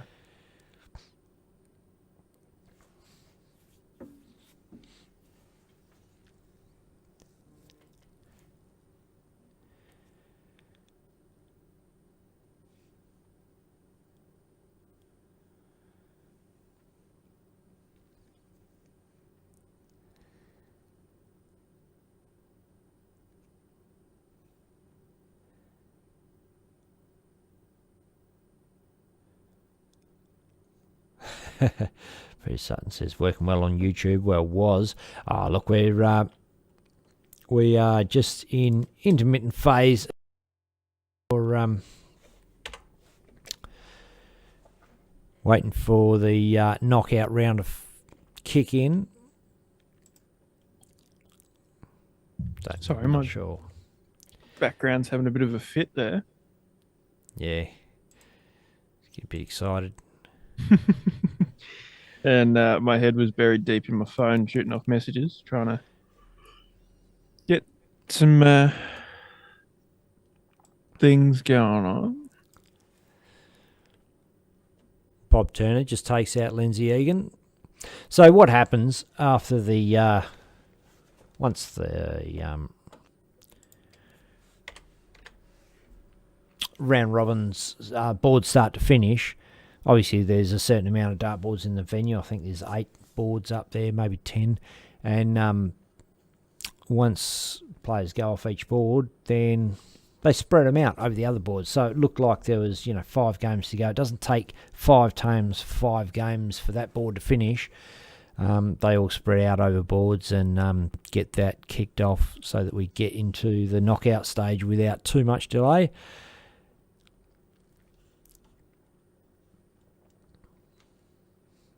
Looks like might be able to get sound happening soon. JK's working some magic for us in the background. Love you, JK. Ah, nice.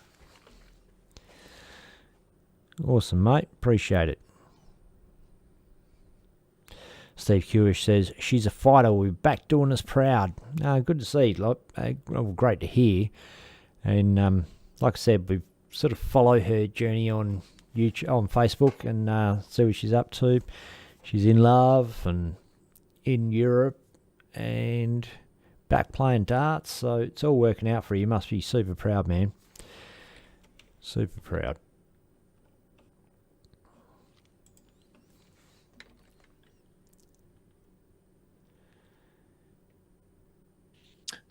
Charmaine says that I went from coffee to beer. It was black coffee, so I understand milky coffee to beer is probably a bit like curdly and but black coffee to beer was all right. Bitter to bitter.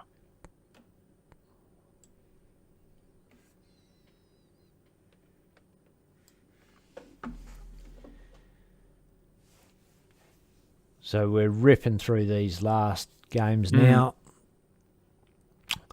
Real credit to the DOSH crew for the way they organise these comps and how quickly they rip through a massive field of players to get to a knockout phase. We're not too far away. It's probably literally 5-10 minutes and we'll be into the knockout phase. And it's going to be a cracking knockout. So we'll just to recap, top 2 off each board go through: Mitch Gorby, Kaylee Pickett, Geroid Carmody, Wayne Egan, Bo Anderson, Jeffrey Brockman, Neil Francis, Clint Austin, Bailey Marsh, Tom Wiley, and Group F and Group G still yet to be decided, but it looks like being Bryce Simpson, Glenn Harper definitely in, and John Gardner, Bob Turner, perhaps. Dwayne Gorby no, Dwayne Gorby. Yeah, no, Dwayne Gorby can't jump in. So it is John Gardner, Bob Turner. Right. So even if Dwayne Gorby does win 2-0, he'll be he'll be 4 wins and 5 legs 4, but Bob is 6 legs 4. So Dwayne cannot jump up. We just have a quick look at the leaderboard here while we're got a bit of time up our sleeve. Bo Anderson miles in front with an 85 average. Look at that first 9 average, Declan. Yeah, wow. Well, bugger And me. Look, Bo doesn't play a whole lot of comp darts these days, I don't know. No. My knowledge, and to turn up on a Friday and still play this kind of quality darts, it's just tells you how good he truly is. Jordan Harper, Glenn Harper sitting in 2nd and 3rd spot. Not much between them. And Mitch Gorby, Bailey Marsh, Geroid Carmody, Shane Ash. Shane Ash didn't even make it through the board, and he's 7th in the averages out of 37. Liam Marlowe, Tom Wiley, and Nino Galunich round out our top 10 averages. Some decent stats. You know, that whole top 10 is really in the region of 70 and above. Good to see. Got Matt Moody in the YouTube comments. How you doing, Ben Declan? Good turnout tonight. Yeah, mate, we're going pretty well. It is a great turnout tonight. Shame not to see you there, mate, but I'm sure we'll see you there again soon. Josh Weeks, Dog's Breakfast, that game. No idea what game that was on about. I'm probably a bit late to the party with these comments. B Riley 91. G'day, Benny. Awesome to see some new faces playing at DOSH. Yeah, absolutely. Fuck yes. And Matt Moody, good to see Bo Ando up and about. We've been harping on about it all night, but, you know, he's sitting at the top of the averages, playing that well. Of course, we're going to harp on about it. I think I've got just a better view of the old Bush Chook shirt there, or just coming into view. Oh, Tom Wiley, fuck off, mate. There it is. I might just drop off and give Pluddy a call. I've shot him a message. He's not answering. Yeah, righto, mate. We're going to take a short we have break. a knockout bracket. Oh, really? Already? Oh, no. Sorry, never mind. No, we don't. Okay. I'm going to take a piss. We're going to take a break. Be back in a minute, fans.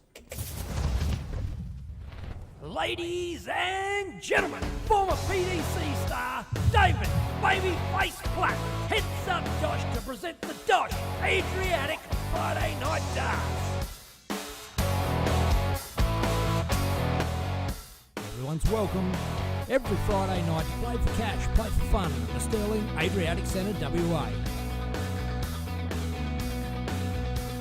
Everyone welcome, come on down. All money paid out on the night. Weekly chase the ace jackpotting at $2,500 plus play your cards right for cash prizes.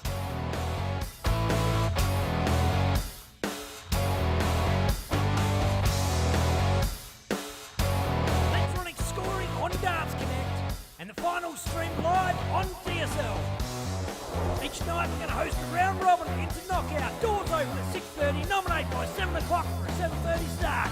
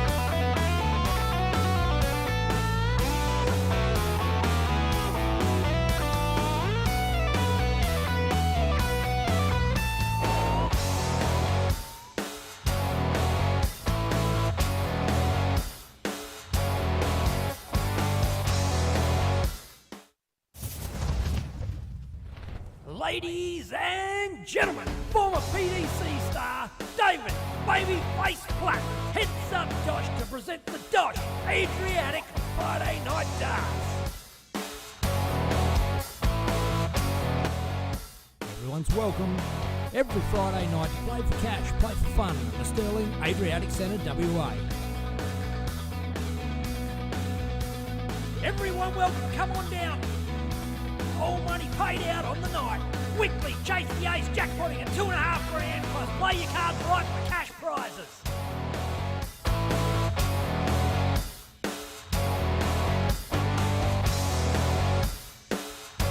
Electronic scoring on Darts Connect and the final stream live on DSL. Each night we're going to host a round robin into knockout. Doors open at 6:30. Nominate by 7 o'clock for a 7:30 start.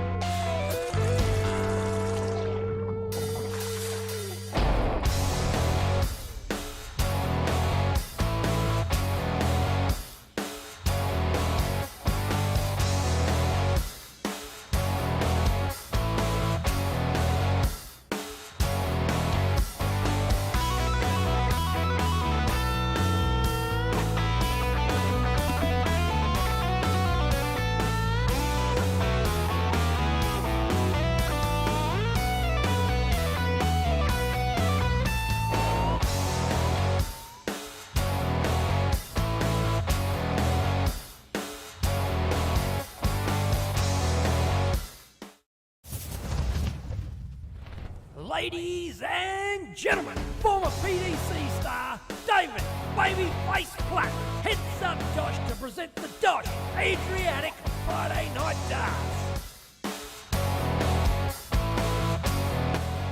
Everyone's welcome. Every Friday night you play for cash, play for fun at the Sterling Adriatic Centre, WA. Everyone welcome, come on down. All money paid out on the night. Weekly chase the ace jackpotting at $2.5 grand plus play your cards right for cash prizes.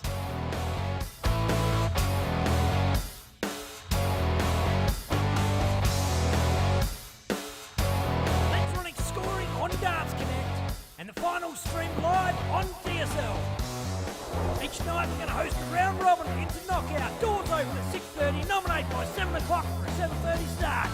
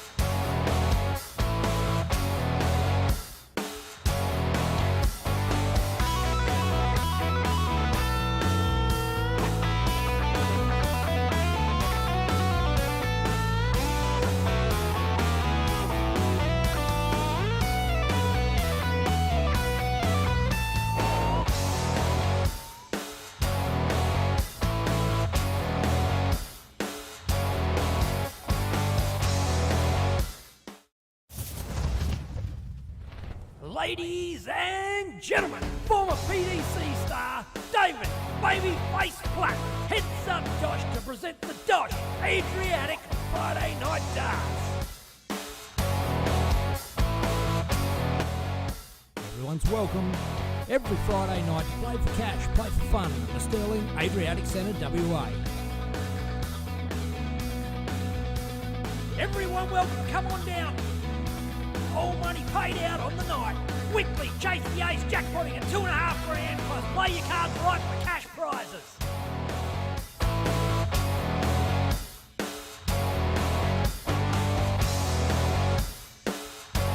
Electronic scoring on Darts Connect and the final stream live on DSL.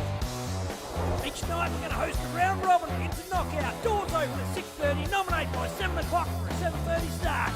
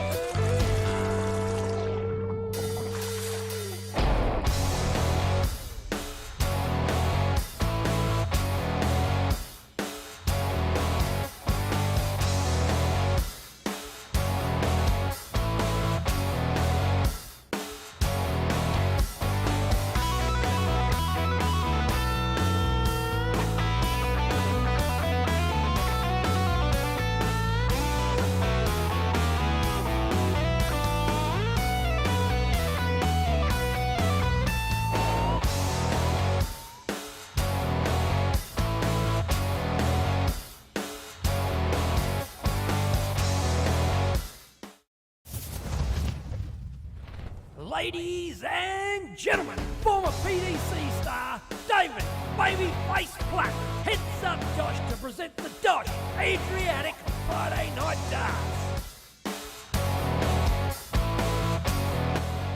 Everyone's welcome. Every Friday night you play for cash, play for fun at the Sterling Adriatic Centre, WA. Everyone welcome, come on down. All money paid out on the night. Weekly chase the ace jackpotting at $2.5 grand plus play your cards right for cash prizes.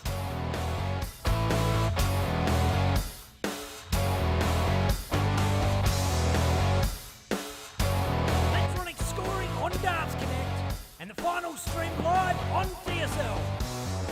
Each night night we're going to host the round robin into knockout. Doors open at 6:30. Nominate by 7 o'clock for a 7:30 start.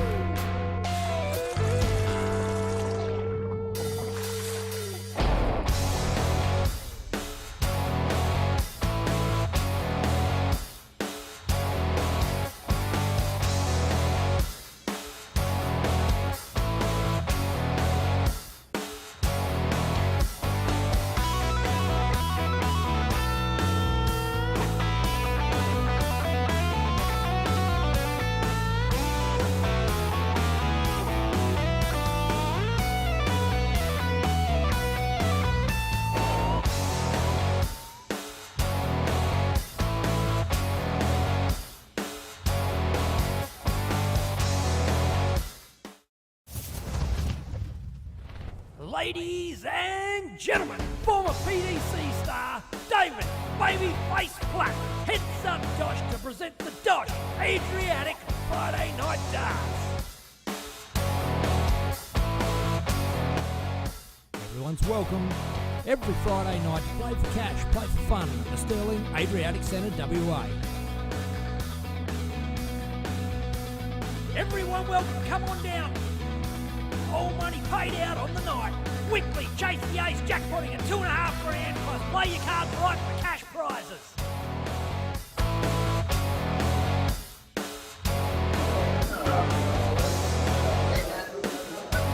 Let's run exploring on.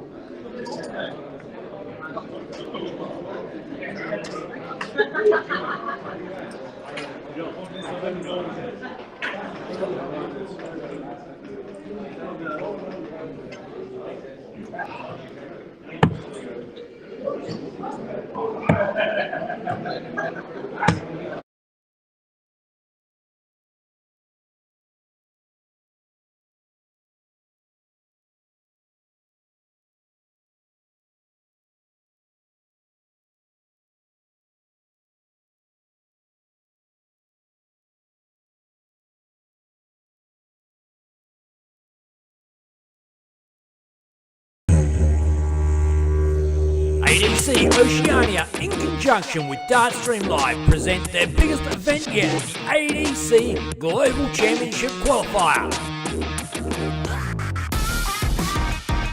Hosted by the Penrith Gales Club in Kingswood, New South Wales.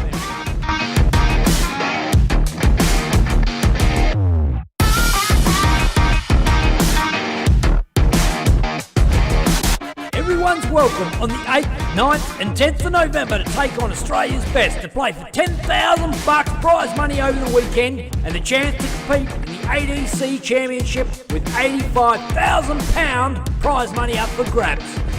Massive thanks to all that make these events possible.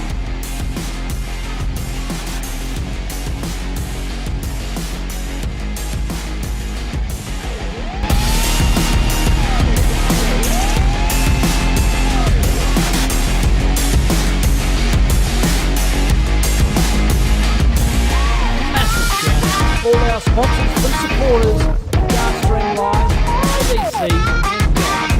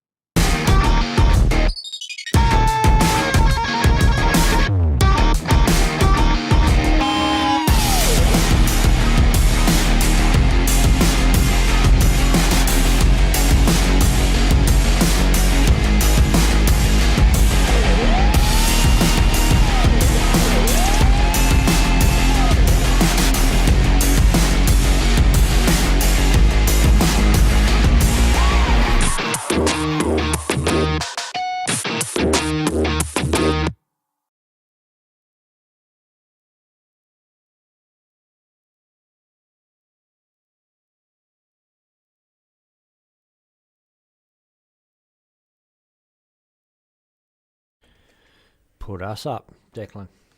Yeah, well, a bit of a yarn while we wait patiently for the knockout draw. As you might have heard before, there's movement happening at the venue, just not with the knockout bracket. Some other things going on to be organised, I believe, but shouldn't be too far away getting the knockout underway. Well, we know who's going to be in it, don't we? Mm. We just don't know what order, who's going to be playing who. Yeah. But, some top players there. So if you're watching there, dart fans, you want to know if your man is in the comp or your lady, for that matter, because there's a couple of chicks made it. So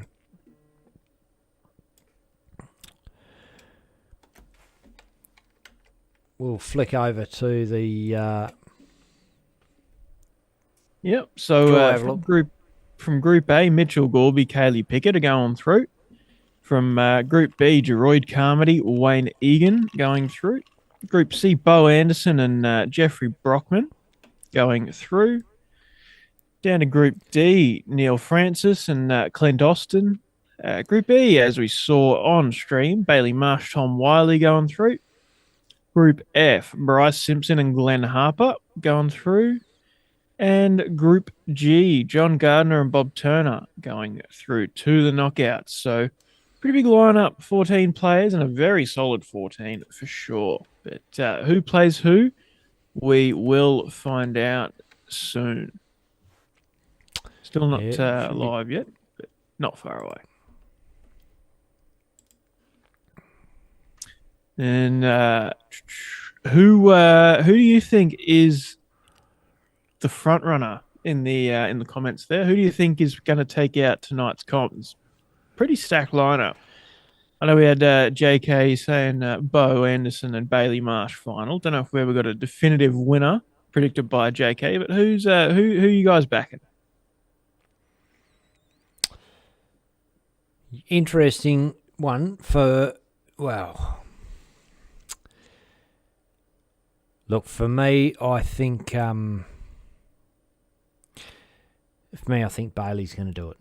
But I would love to see Bo do it.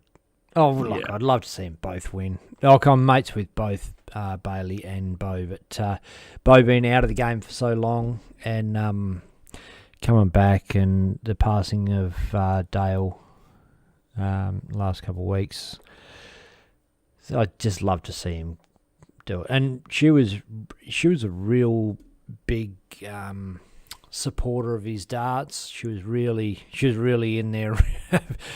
She was a furious battler for him and Kyle in darts, almost to the point where kind of dominated their careers in a way. In a way,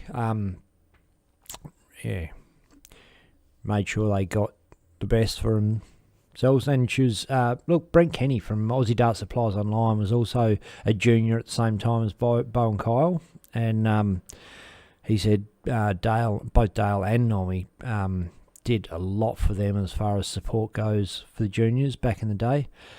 And really good to see, really good to hear. And it's a sad time for the Anderson family, obviously. Probably been overshadowed a little bit by the passing of WA state president, but in Ricky Pickett, but nonetheless, tragic loss for darts and tragic loss for the Anderson family.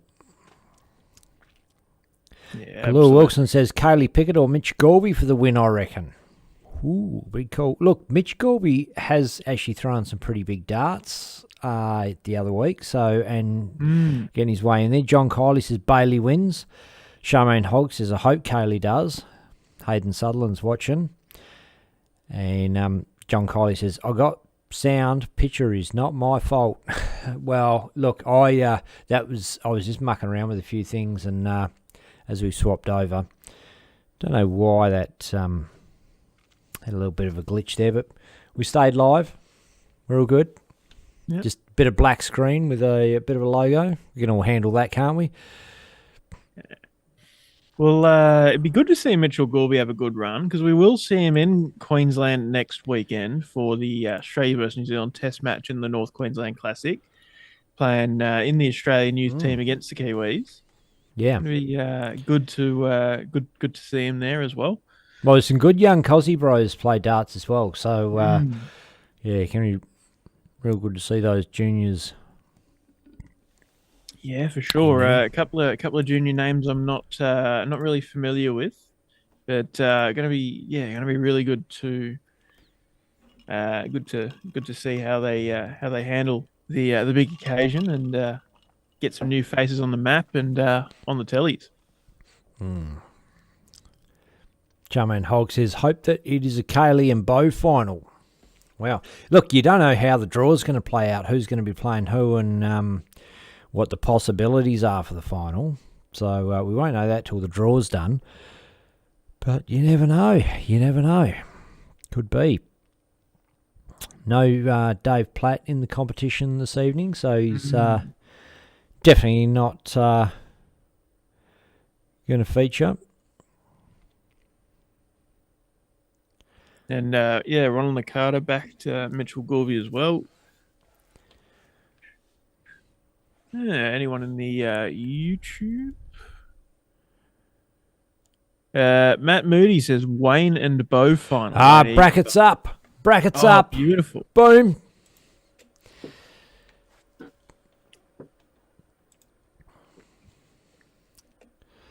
Righto.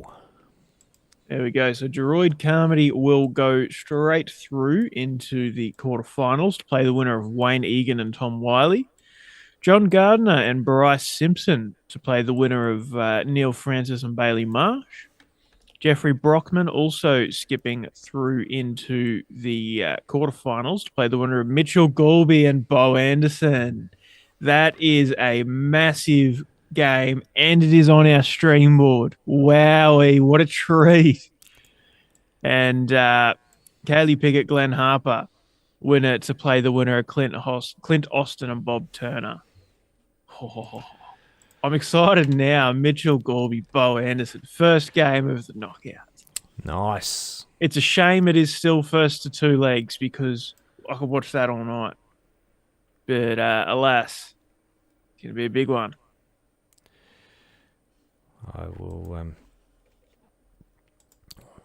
Bo's up there warming up, so we'll hopefully.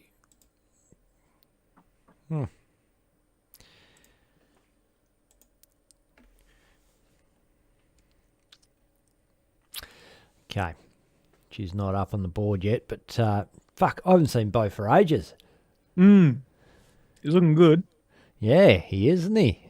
Yeah. I think last time I saw Bo was last January in ADC in the Perth, like at the ADC in Perth. At least last time I saw him in person.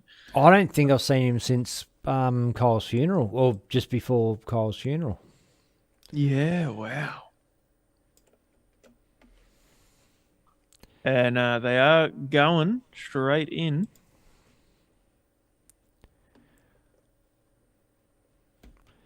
Mitch, throw him first, kicking off with a 60.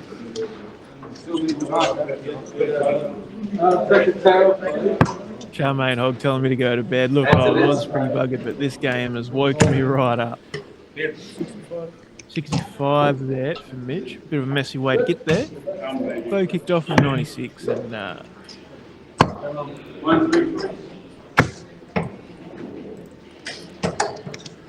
follows up only with a 43.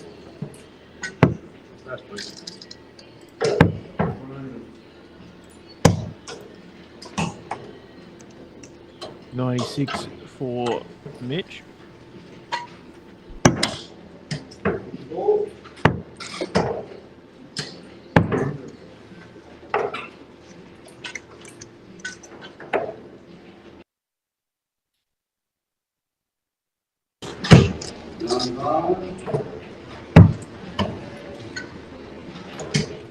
And they're 44 there for Mitch, sitting on 236 after 12 darts.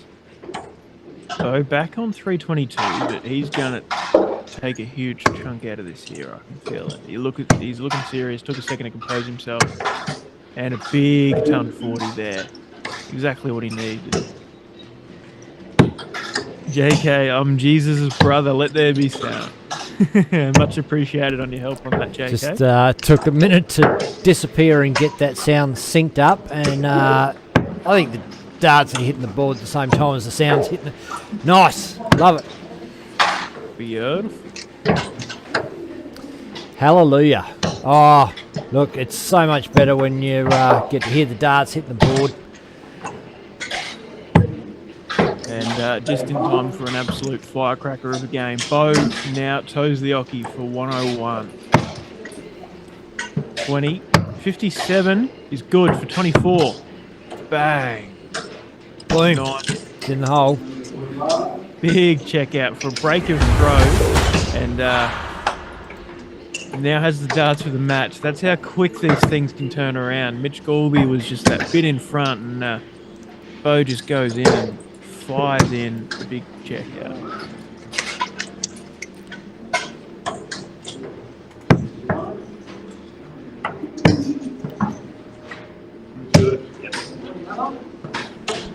There's no doubt that Mitch Galby knows who he's playing.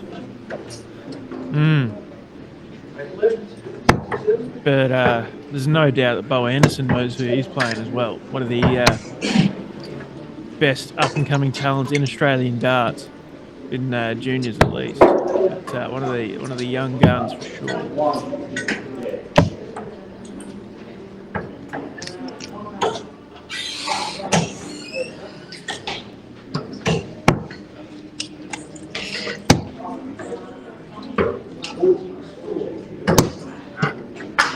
Solid ton.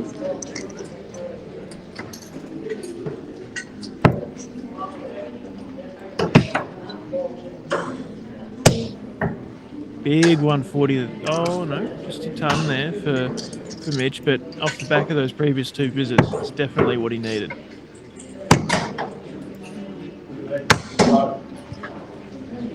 Straight ton. Third in a row. Leaves 156.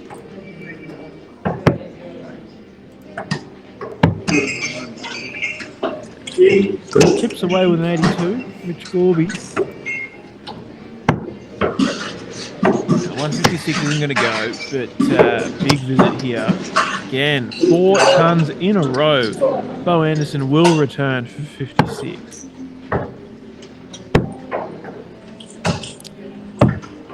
And Mitch tactically switching to the 15 there. Leaves himself 170, but Bo for 56 for the match. Doesn't want to let him have a chance. Oh, double 1, double 19 now. Oh, this would be huge, Mitchell Galby. It's on for Galby. First start's good. We love this. No. Will he go? He'll probably go bull anyway, will he, or not? Maybe 18. He looks disheartened. He looks frustrated. He has a crack at bull. Yeah, 38. Not going to go straight for it. 10, double 14. Probably not what he wanted, but works for him anyway, and he takes it out. And look, certainly did not disappoint as a game. You know, not as close in the scoreline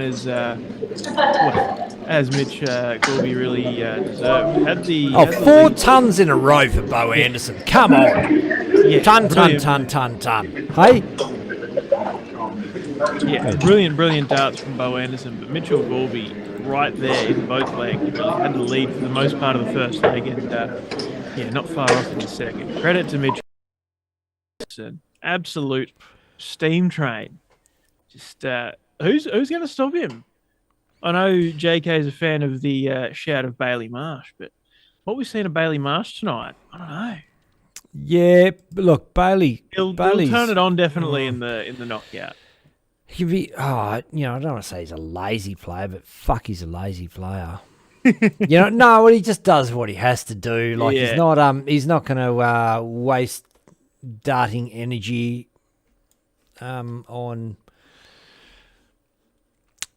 I'll do the old refresher-oo there, but so run us through the draw. We've got Jory currently playing the winner of Wayne Egan, Tom Wiley. Yeah, John Gardner, Bryce Simpson still playing to play the winner of Neil Francis and Bailey Marsh. Jeffrey Brockman went straight through, now plays Bo Anderson. Kaylee Pickett and Glenn Harper still playing, and Clint Austin and Bob Turner also still playing. So if that one was pretty quick and rapid fire, we might have to have a look at the matches page and just have a quick squiz at what's going on elsewhere. But Ronald Nakata, Unlucky Mitch, Kevin Stack, what a game, and Charmaine Hogg as well. That was a great game. Absolutely. And Kaylee Pickett's just evened it up with Glenn Harper. 1 leg apiece. Bryce Simpson leads John Gardner 1-0. Neil Francis leads Bailey Marsh 1-0. And Wayne Egan has just gotten the win over Tom Wiley. Wow. Someone was saying Wayne Egan was going to have a run to the final, and win over Tom Wiley is certainly a good way to, to start that. Get that. Wayne Egan made the stateside, didn't go for personal reasons, and he does seem to have, well, just from what I've seen on Facebook, seems like he's having his struggles at the moment, but got there in that one. And look, what we might do is just have a quick squiz at the Kaylee Pickett Glenn Harper game, because this is going on live right now, and the winner of this one goes through. Harper looks like he's got the jump, but Kaylee was that 9 from Kaylee really didn't help, but around that 60 and a ton, not bad scoring at all, pretty solid stuff. But in terms of the averages being thrown here, that's pretty well on par. But with Glenn having the ton 40 and ton to kick off this leg, that's the difference in these 60 average games. And he looks posed for 44 out.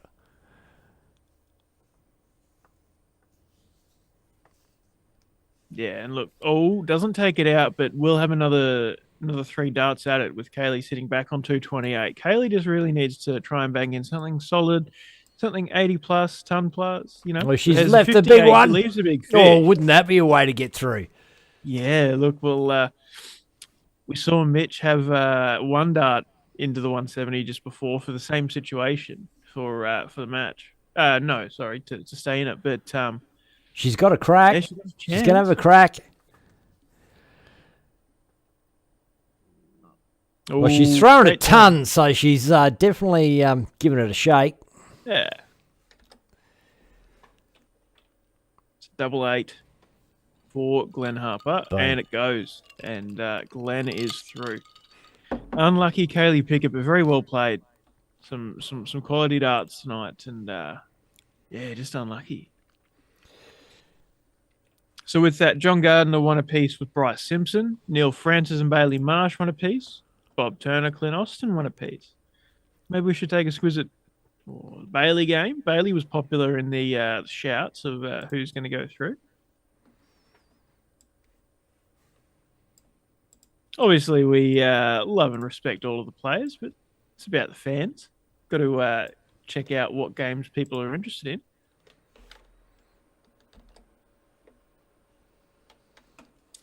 It's Bailey's miles back, and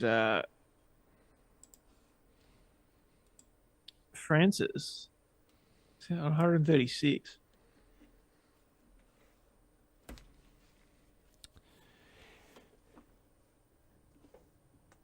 Even with that, Neil's going to come back for 3 clear at 76, no matter what Bailey does here. Bailey really needs to try and pile some pressure on. Should start down the 19s and 100. Oh, you pull his finger out his hole for sure. Go down the 9. Yeah. It does absolutely fuck all. Francis, 76. JK's shaken in his boots. 76. Doesn't go, but, Bailey's on 218. What can he do?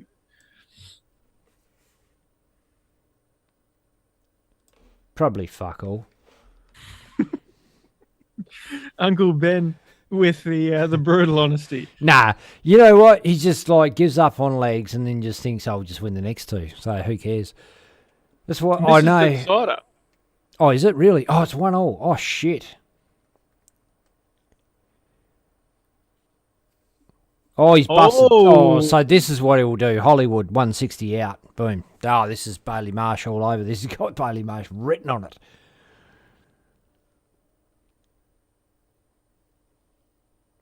Oh. Can't expect Francis to bust 20 twice, can you? Stranger things have happened.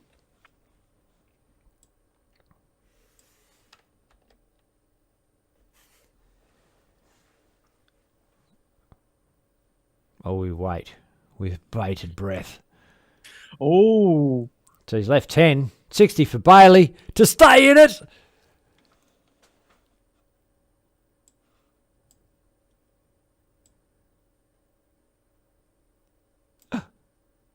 Waiting. Oh no. What's he done? Oh, he's got it. Boom. Wow. Bailey Marsh. Oh my goodness. So let's have a look at the draw. See where we're at there. If I can find which page I've got it on. Which one of these? Pardon me.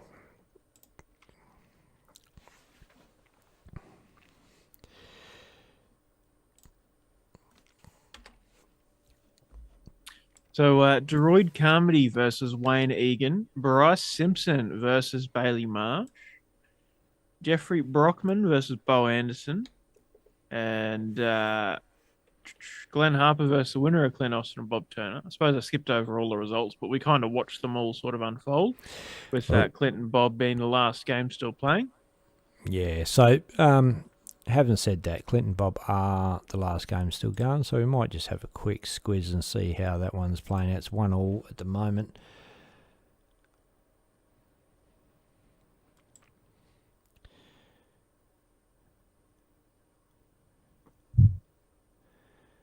So 8 left. Clint, 94 for Bob.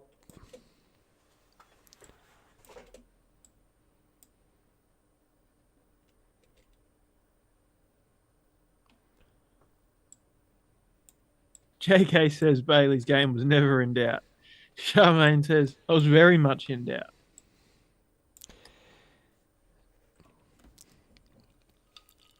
So Bob up for 94.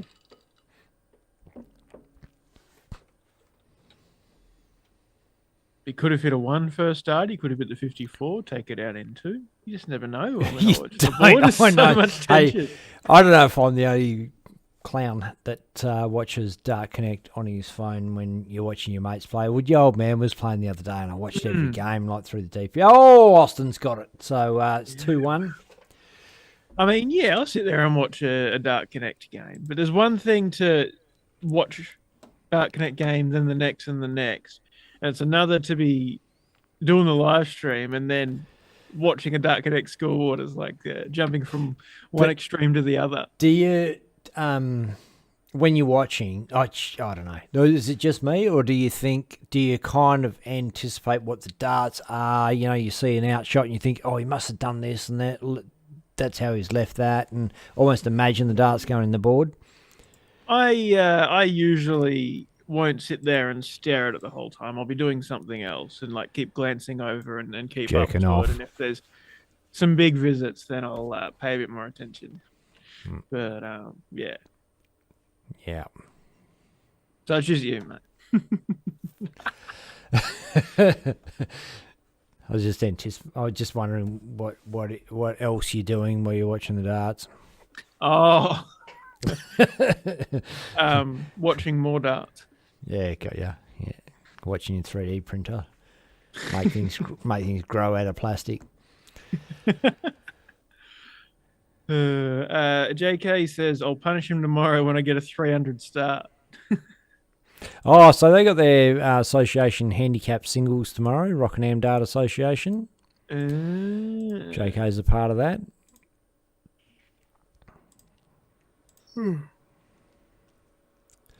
Kevin Stack's got the right idea. Good night, men. Darts all weekend. Be safe. Rest Yeah, up, he's Kevin. playing Enjoy, in the mate. Aboriginal comp, and Stacky plays in Mandurah. Played with him on various sides and against him week in, week out. Great player, great bloke to have have around darts. Fierce competitor. Awesome. Night stacky. As the next round is just about ready to kick off. Oh yeah, board 5. Glenn Harper, Clint Austin should be our stream game.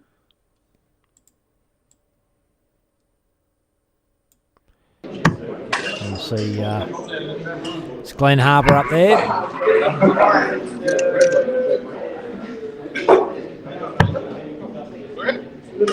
So obviously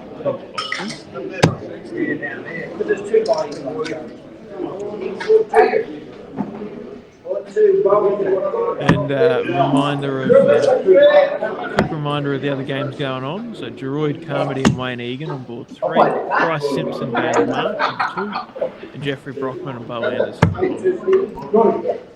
So some top quality games and some brilliant players left in. Heading into the quarterfinals now. Still first to 2 legs before we head into semi-final and final, where it gets a little bit longer format.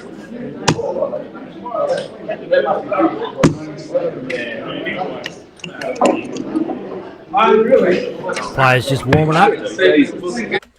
Pretty turn their sound off while they're warming up. All the shit's going on. And once they're ready to go, we'll bring that back up. And now they're ready to go. Well, I'll bring it back up then. No, the scoreboard's not up there, so... Oh, true, but they're shaking hands. Oh, righto. Is now.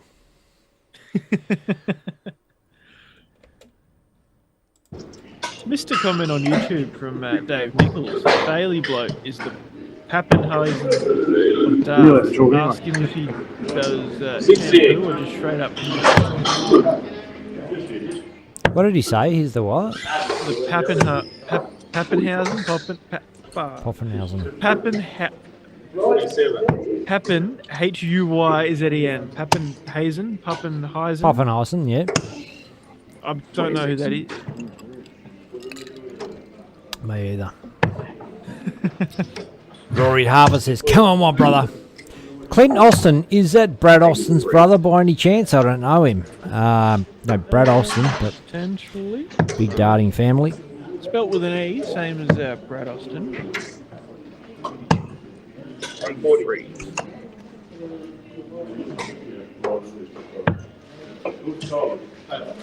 Ryan Pappenhausen, rugby league fullback, with a mustache and a mullet. Plays for Melbourne Storm. Well, Harper's in.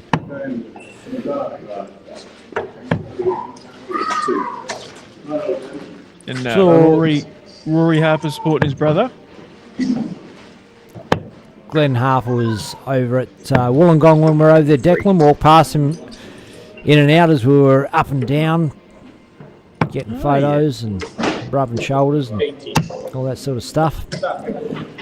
Yeah, awesome. Well, I remember meeting Glenn at the ADC Oceania event back in June.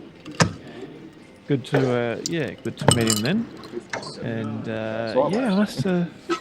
I don't know. We saw a lot of familiar faces that weekend in Wollongong. Full of darties that we know. And Charmaine giving me a bit of shit. Spit it out there. There's a bit of banter going on there. Yeah. Josh says, quiet, Charmaine. She says, eat a dick, Joshua. Something like that. Not quite in those words. He knows what she meant.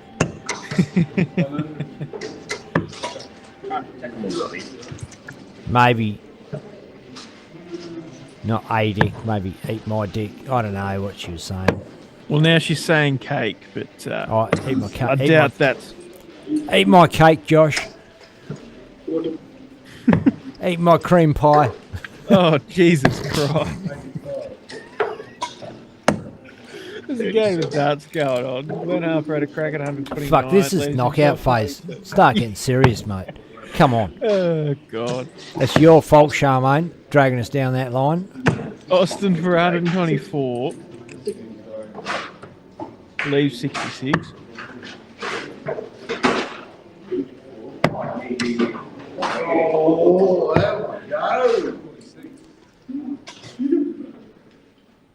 Harper sets up 24.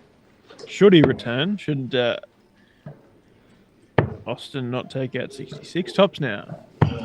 Oh, just under. Ooh.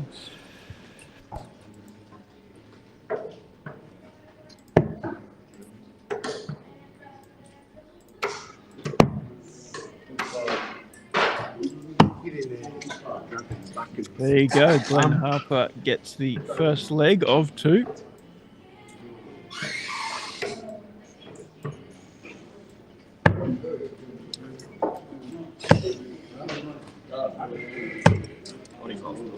$95 to kick off for Austin.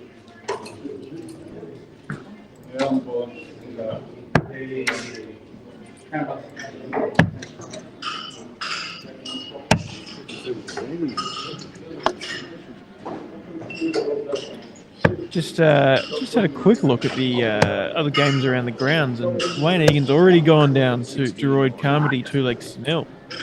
Geroid on a mission.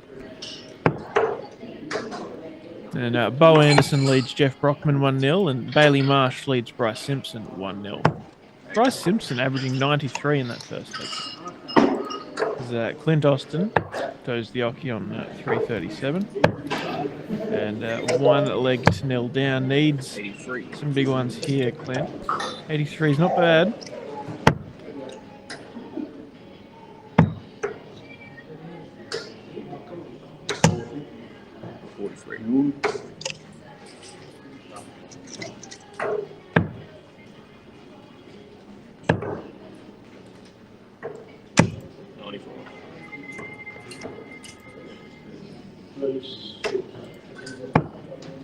Clint's left 159. Obviously won't be able to take that out on his next visit, but can set it up real nice with Glenn now sitting back on 247.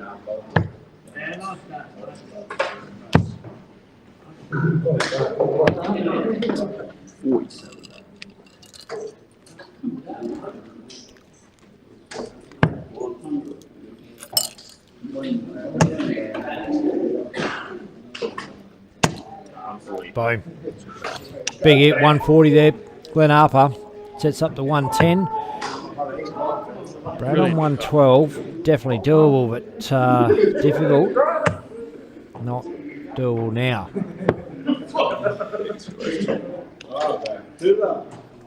Leaves himself 32, and Glenn for the 110. That's Not out. going to go. It's a fat one.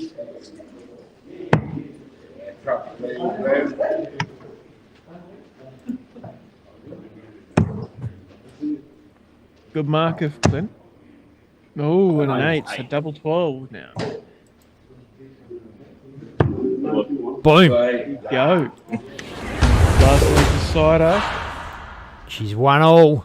Well, it's kind of what we want to see, isn't it? Yeah, bloody oath. Sean Fontanini from Management Western Australia jumps in to have a look. What's going on here? But, sorry. 91. Sorry. Bo Anderson gets the win 2-0 over Jeffrey Brockman, and Bailey Marsh is still 1-0 over Bryce Simpson. 135. And, of course, this one here, 1 leg apiece, heading into the last leg. Glenn lies in a 135, having started this leg. And Clint, not a bad visit, but does slip behind. Oh, and Bryce Simpson's evened it up with Bailey Marsh as well. 98. In other games around the ground, thanks to Declan Bailey filling us in there. Declan Balin.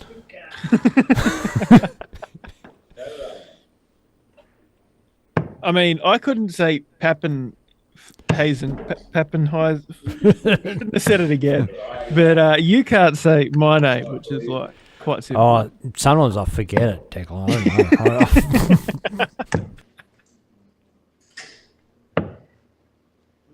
81. Right, 112. It's in. It's Harper's game to lose at this stage. Ooh, 15.97. Oh, that goes for tops. Double 20. Oh, he doesn't take it. So Austin to bash down 225. Starts down the bottom. Deludes the cameraman. And flicks over to the 17. Good move on the last up. Leaves a big fish, but double 10. And it goes. Glenn Harper. Shot. And the match. That is such a good dart. The composure. So Glenn is through to the semi-finals of tonight's competition. And around the grounds, we do still have Bailey Marsh and Bryce Simpson in their last leg decider.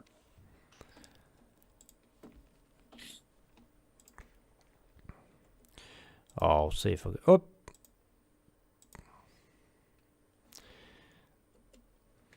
Bring that one up so we can see what's how that plays out. And while you guys are all watching that one. You haven't got it up yet, mate. I got it up for me, not for you. It's always helpful, mate. I'm just going to pour myself a drink. Cool, mate. Well, Bailey's going up for 164.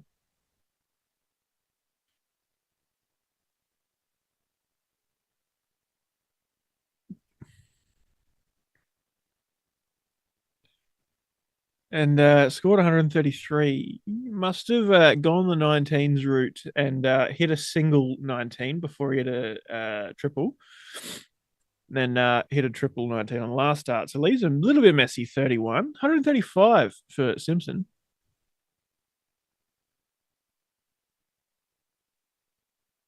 Would be a massive finish.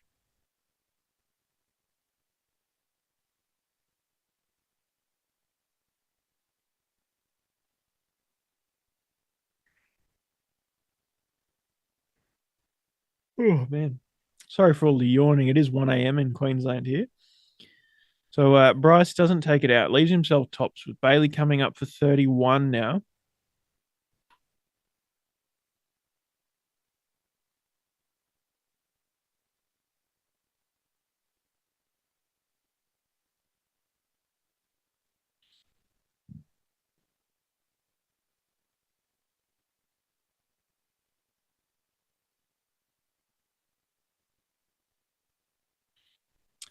Doesn't take it out. Bailey Marsh leaves himself 12, and Bryce takes out tops in one dart. Wow. Bryce Simpson through to the semi-finals. Bailey Marsh cocks up a, what you assume was a fairly clear shot at 31, but yeah, good on Bryce Simpson getting the win there, hitting the double when he needed to. And JK is now crying in the corner. Crying his Wheaties. Let's have a look how the bracket looks now. I said that the 31 was messy for Bailey Marsh. Popper's Marcos said it's only messy if you don't get it. And in fact, he did not. So it was messy. And Nathan Marr and Alexander S. Jones showing their support for Bryce. And yeah, run through here. Droid come. Oop. Sorry, mate. Getting there. All right. Yep. Droid Carmody 2-0 over Wayne Egan. Plays Bryce Simpson, who we just saw beat Bailey Marsh. And Bo Anderson 2-0 over Jeffrey Brockman. And Bo now plays Glenn Harper, who we saw beat Clint Austin 2-1 on stream. And with that, board number 5 is our stream board. So Droid Carmody Bryce Simpson is the semi-final that we'll be watching on stream. Should be a pretty good game. And Charmaine is calling a Bryce and Bo final. And I have to say, I think there's a pretty solid chance of that. I don't know, Bryce Simpson. I've seen a bit of Droid Carmody on the stream. So... And he absolutely demolished his last opponent. JK says, fuck Bailey, Bo all the way. Yeah. JK, the bandwagon supporter. But I suppose you've got to get used to choosing some other options when your team loses, like when you're a West Ham supporter. Pow, right in the dick, JK. Got ya.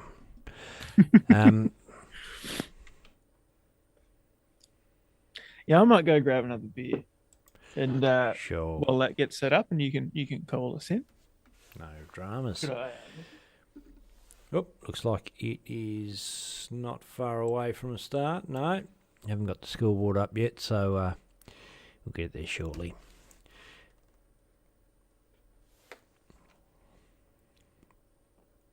The Geroid game's the one we're watching. Oh, check out a bit of this while they get that shit sorted out. Ladies and gentlemen, please welcome your host, Kermit the Frog.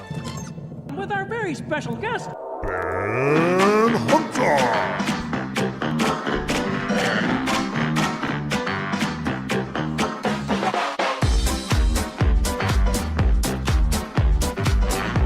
Okay, go on the Muppets. Sounds pretty exciting. It's time to get the darts out. Recap and feel alive. It's time to meet the players on Carpentry.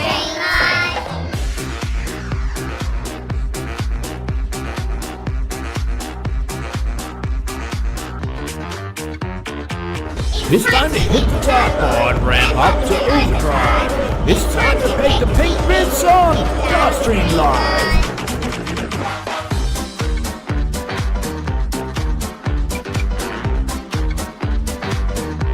Why do we always come here? I guess we'll never know. It's like a kind of torture to have to watch the show. I always treat. And we're on. Mike's alive. Don't know if you caught what I said as I sat back down. Just warning you, mate. Yeah. I am struggling a little bit with the case of the yawns, but Don't it's play. like an exciting game to keep me awake. Bryce playing some bloody good darts and slightly edging the lead so far in this leg, 6 darts into it. Bit of info from the fans out there. Alexander S. Jones says Bryce won the West Coast Classic doubles this year with Jesse Santos. Rory Harper says Geroid's a good dude. Shemaine Hogg says Bryce played for WCMDA for a bit. He's a great player. It's the West Coast Men's Darts Association. There's one thing I've noticed that's interesting is you guys have men's darts associations and women's darts associations. Whereas, over here it's just darts association. Are they all together? Yeah, like there could be like a separate women's or men's comp in terms of like a super singles or something, but in the most cases it's just mixed teams and you have to have one female in the team, something like that, and or like a mixed Premier League and divisions based on skill, but it's not a men's association, a women's association. It's everyone in the same association. And then you obviously split off for like your zone opens and your other local comps and your big comps and also your representative teams you split off. But yeah. To be revisited, 127 now for Simpson. With Geroid posed on 36. 60's good. 17 for the bullseye. Ooh. 94.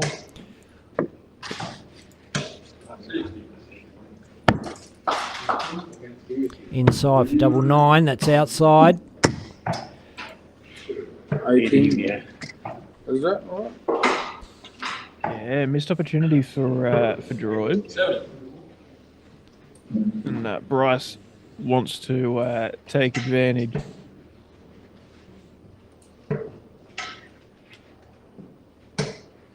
What?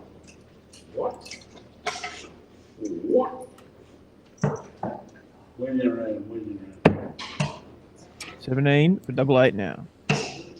57. A little bit wide there on the double 8. Ooh, Yeah, it wasn't a great sider. He couldn't use that dart, but didn't block him either. So, Geroid, double 8. Double 9, I should say. Oh, double 2. Ooh, left himself. Double 1. Oh, damn. 52. Getting closer. Staying up on it. Oh, he's inside. And the Bush Chook t-shirt is front and center of the crowd. 56 bags. As Geroid misses, hits a single one. Bus is scored. Bryce now up for double 2. And Bryce is holding his remaining darts by the tips with the tips of his fingers. If, Boom. as he takes out 4, next time he throws, a quick squeeze at his non-throwing hand. And just revisiting the conversation earlier, JK says, "Fuck that, the women do canteen." Yeah, look, we definitely have it's men's darts and women's darts. The ladies don't want us to play in their comp. We don't want them to play in ours. It fucking works out pretty well. Okay. There was, I have been in associations, and this is going back quite a few years when it was all going on. They ladies insisted on playing. It's like, well, you know, equal rights and all that. Had to call it. It was a Management Up Darts Association, and they came in and just fucked the comp. Heaps of blokes left.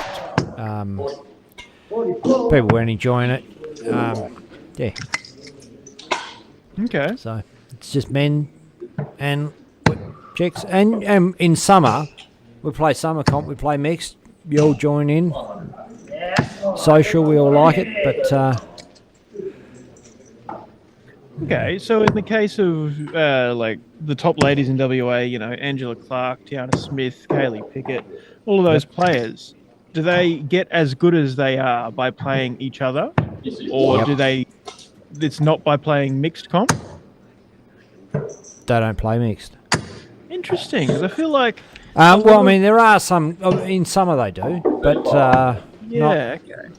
I feel like a suppose big there's- part of what makes players like Kim Mitchell and Amanda Locke, obviously they used to be South Aussies, but they're now Queenslanders. But I feel like what makes those ladies here in Queensland, you know, as good as they are, is that they play mixed darts, and they'll keep up with the men and then go play the women and batter them. You know, I honestly think that's probably why Kathy's doing so. My partner Kathy's doing so well at darts is because she plays with me predominantly, like practices with me, and then when the boys come around, we have a night a week.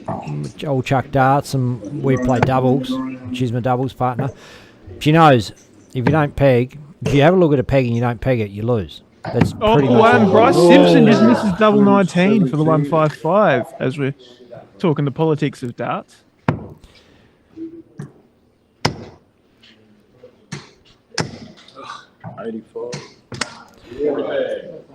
He's left that 38. Love to clean it up now.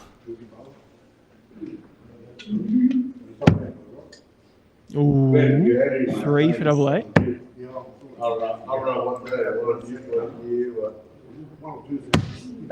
Boom.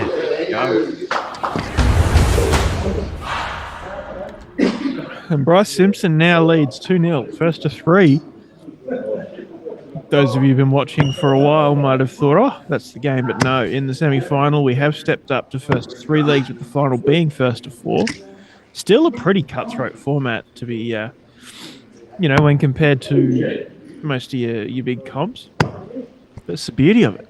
That's why we love it. And big 99 kick off for Bryce Simpson. But yeah, back to your point, Ben. Yeah, you're saying that, Kathy playing against you and you know, playing, you know, objectively a tougher game at times prepares her better for going and playing against the ladies down the local. And 132, 136.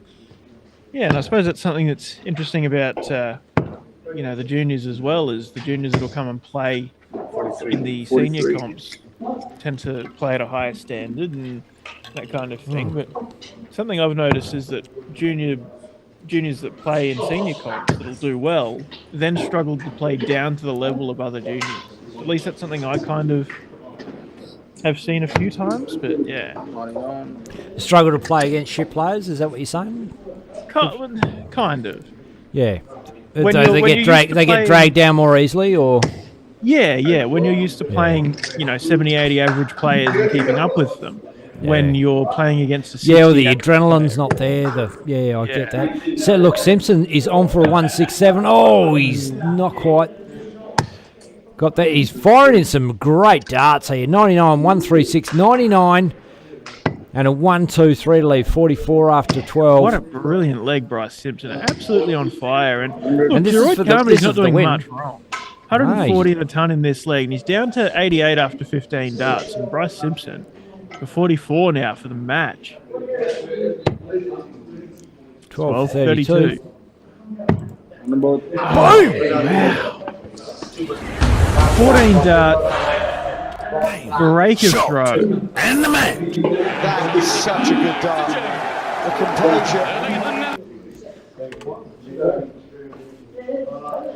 14 dart break of throw to get that win. So it's going to be Bryce versus the winner of the Bo Anderson game, and I have not had Bo a chance Anderson beat Glenn Harper 3-0. So a couple of 3-0s in the semi-finals. That means it is Bryce Simpson, Bo Anderson in the final. Going to be a brilliant game. John Kiley says Kathy wouldn't be allowed to play in Mandurah. She plays Mandurah ladies darts, JK. That's what I was talking about, playing in Mandurah, not playing Mandurah men's darts. JK's enjoying the old pot stirring tonight. Oh, I know. Oh, he always does. Oh, he's got a big spoon. Carries it around. Stirs a bit of shit. I mean, he's a big bloke. He needs a big spoon. Oh, he's fucking lucky to be alive, mate. Seriously. Oh, shit, you're not. Could have died today so easy. Oh, Bloody yeah. hell. Oh, my God. His shoe fell down there. Righto. So it is Simpson, Anderson. Cracking final. Can't wait. Can't wait. I'm glad we got the darts politics talk out of the way, because we're going to be zoned into this game. It's going to be definitely. Yeah, it's going to be a massive one. Look again, Jeroid Karma didn't really do much wrong in that match. Just the quality of Bryce there. But yeah, I actually thought Jeroid was going to. Who's my tip? And even through the game, I thought Jeroid was looking like he was going to come back and take that. Have a quick squiz over the draw. Yep. So, Bo Anderson 3-0 over Glenn Harper, and Bryce Simpson 3-0 over Jeroid Carmody, with Bryce and Bo in the final. Board's up, but I don't know if the game is up. But Bo's route to the final got over Mitchell Goulby and Jeffrey Brockman before that game against Glenn Harper. And Bryce's route to the final was... scroll over a bit more. Sorry, I've got to... Bryce Simpson, John Gardner, then Bailey Marsh, and then Jeroid Carmody, and now into the final. Dave Nichols, usually watch the replay at work. What a night to catch the stream live. Bloody oath, Dave. Good to see you joining us live. And yeah, absolutely. What a cracking night. Record numbers and pretty good stream viewership as well. Yeah, it's a record-breaking night for DOSH Adriatic. 37 players in there. And look, it's not a massive amount. We've always known... Look, they've probably had... over the season, or since they started, which is not a long time, I think, 15 weeks or something like that, a total of 150 different players playing this competition. So, and a lot of regulars, but they've had a whole bunch of players come in, have a game, come in, come out. And I said to Platty, you only got to have that one night where everybody rocks up at once. And what are you going to do? How are you going to cope with the volume of players? Because it could happen. Just it's that universal consciousness, Declan. You know, when everybody just thinks the same thing at the same time, it's like, I might rock on down the Adriatic, have a game of darts, and all of a sudden, you got bloody 80 players there all ready to go. Yeah. They'll figure it out. Don't worry about that. They'll figure it out.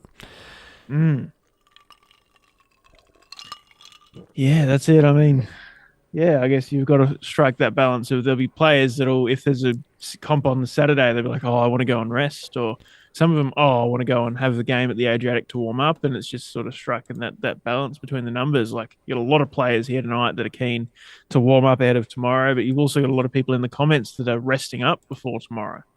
Yeah, absolutely. Yeah.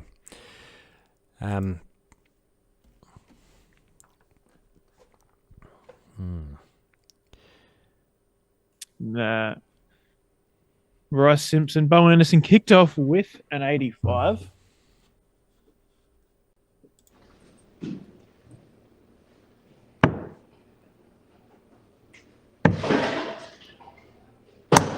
$58. Sounds like Dave Platt calling this game. Oh.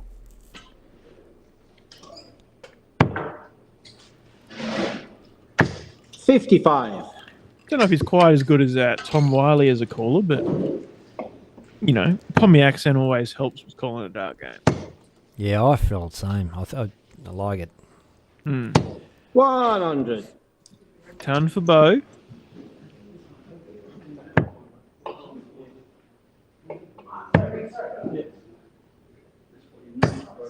$59.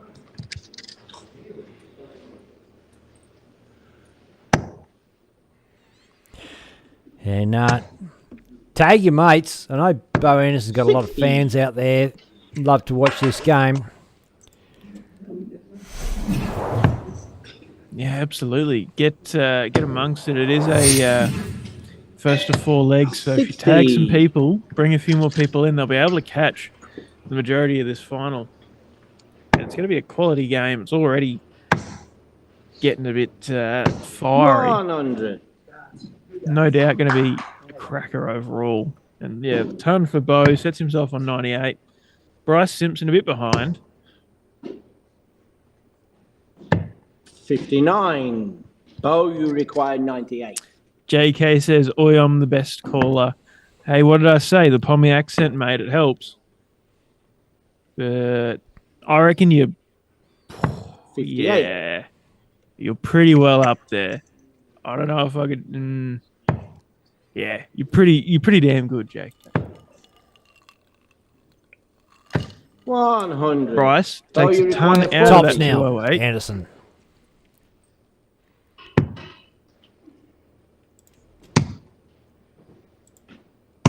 Game shot. There and you the go. first leg. Took 3 darts to get it, but he got it.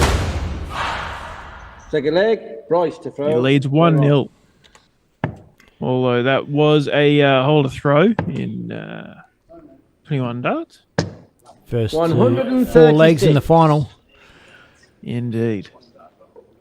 Big ton 36 to kick off Bryce Simpson.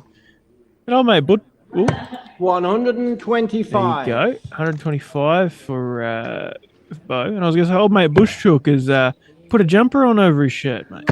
What a shame. 97.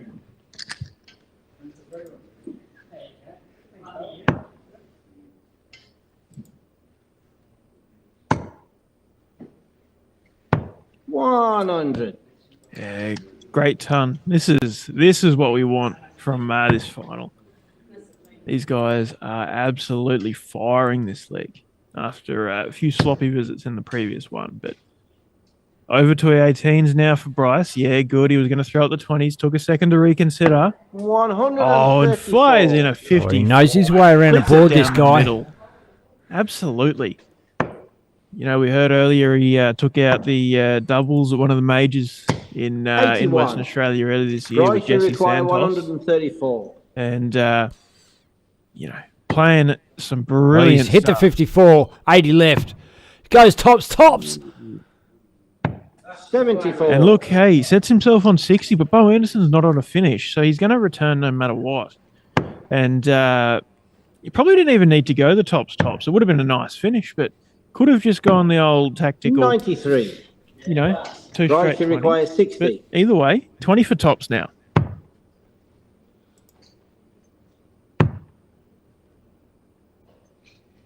Oh. 40. Oh. Bo, you require 102. As close as that was, it looks like it did flick off the underside of the wire. And 102 now for Bo Anderson. 60's good. 10 for 32. Boom! Shot in the second leg. Bo Anderson. Fucking Third leg will be stole it. Bo. Game Stole it. Wow. They're no business winning that leg. 102 out. 15 dart, break of throw. Oh, this is what we come to see, dart fans. 59. Incredible stuff. 100. And Bryce kicks off with a ton after a trebleless visit from Bo. About straight in 100. with a ton of his own.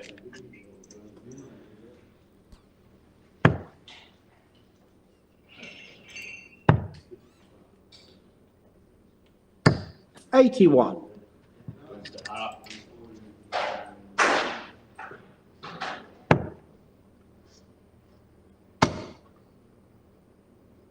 And a big 140. 140. Brilliant darts from Bo. And look, Bryce is still playing really, really good darts, but Bo is just that cut above. And Bryce just 100. can barely get a look in.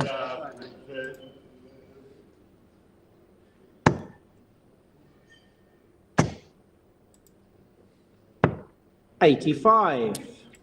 Loose one into the fives, but still leaves a nice finish in 117. Another treble here for for Bryce would work 100. really Bo, nice. you require Still 170. leaves to Shanghai. Wouldn't put this past Bo at all. Not with starting with 60, that's for sure. 17 for top. Game shine the Oh, Bo Anderson. Bo Anderson. Finishing like a machine. Fourth leg. It'll be Bryce to throw first. Game on. Wow. This is vintage Bo Anderson. Oh, it's classic, isn't it? 85.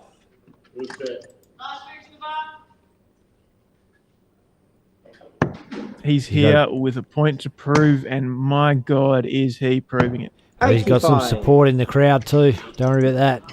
Yeah.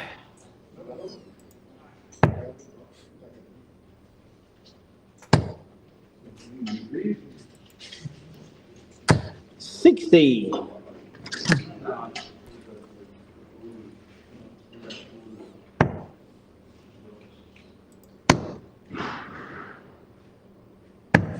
$59.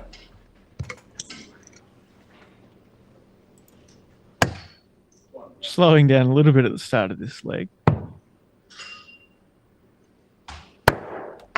21. But Bryce not really making the most of it, scoring 21. And Bo can afford to have 60. a little breather with another trebleless visit.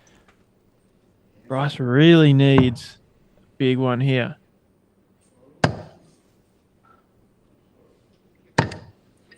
100. Ton, it's all right, but really needed a ton 40 or better to pile that pressure on. I suppose a lot of players don't realise that Bo was 60. probably actually the Anderson boy that was most favoured to go the furthest in darts, but chose to, well, look, he had a family, he had a 60. bunch of kids, and especially with his young Bo having cancer and whatever, decided against going away to England. Fair play to him. Don't blame him. 137. Done the same thing myself. Wow, 137 to leave it ton. Yeah. And could have done it, just decided not to. And look, Bryce Simpson could have perhaps gone for a 25 on one of his darts in his previous shot and had a shot at the 170. 44. But instead chips 44 away and Ton leaves now. 31. Ton for the match. Tops? No, he went for 48. 52. Didn't go. Bryce, you require 131. 131 for Bryce Simpson. Do or die right now. Not going to go. 94. Oh, needed a 54 on that last start. Not a 57. You require 48. But anyway, 48, Bo Anderson for the match and the title. 16 for double. Game. Shot. Boys. And a match. Bo Anderson. Wow. Massive final from Bo Anderson and untouchable all night, really. Just quality stuff from Bo Anderson. And yeah, the comments there, Charmaine, he did play at Ali Pally, went along with Kyle. Kyle and Bo were the two Australian representatives, one winning the Oceanic Masters, the other topping the DPA rankings, and great moments there playing the Ali Pally together. And Kyle stayed and Bo came home to the family. But, it's like he never left. It's like he got off the plane from England back all those years ago. It just was yesterday and turned up and played the DOSH Adriatic tonight. Absolutely quality darts from Bo Anderson.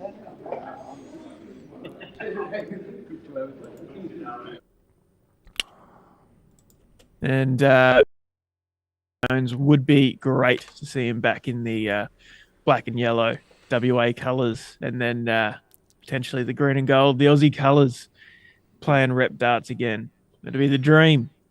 But, can I just say, good on you, Bo. Man, thanks for coming down. Thanks for having a crack. And good on you for winning and fucking showing us what a champion you still are. And great to see. And obviously, I know you've been going through a rough patch at the moment. Obviously, that's how it is. But, man, good on you. Fucking good on you. Hope it's a good weekend for you, man.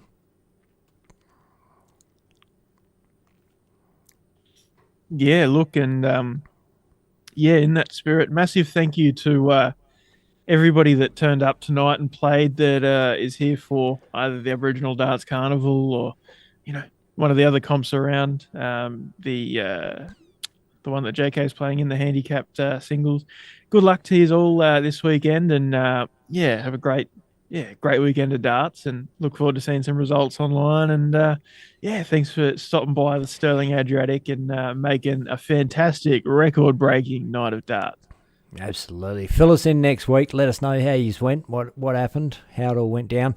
I'm flat the fuck out this weekend, so I'm not going to get to any of those dart comps, but we'll be at the Mandurah wind-up, and we'll be warming up with the ladies on Sunday. Well, I'll be putting the scoreboard up. Good stuff. Declan, thanks heaps for joining us tonight again and sorting our shit out. No worries, and thank you, Ben, for doing all the heavy lifting and letting me come along and just have a yarn. It's always good fun. Yeah, absolutely. And JK, thanks for your help this afternoon. Good to be alive. Good day to be alive. And thank you, JK, for sorting out the sound and getting Platy to check his bloody phone. It's much appreciated. Thanks, yeah, absolutely. All right, Dart fans, I've been Ben Hunter. This is my mate Declan Bailey. We're Dartstream Live. Game on, motherfuckers! Ladies and gentlemen, former PDC star David Babyface Platt heads up DOSH to present the DOSH Adriatic Friday Night Darts. Everyone's welcome every Friday night to play for cash, play for fun at the Sterling Adriatic Centre, WA. Everyone welcome, come on down. all money paid out on the night. Weekly Chase the Ace jackpotting at $2.5 grand plus play your cards right for cash prizes.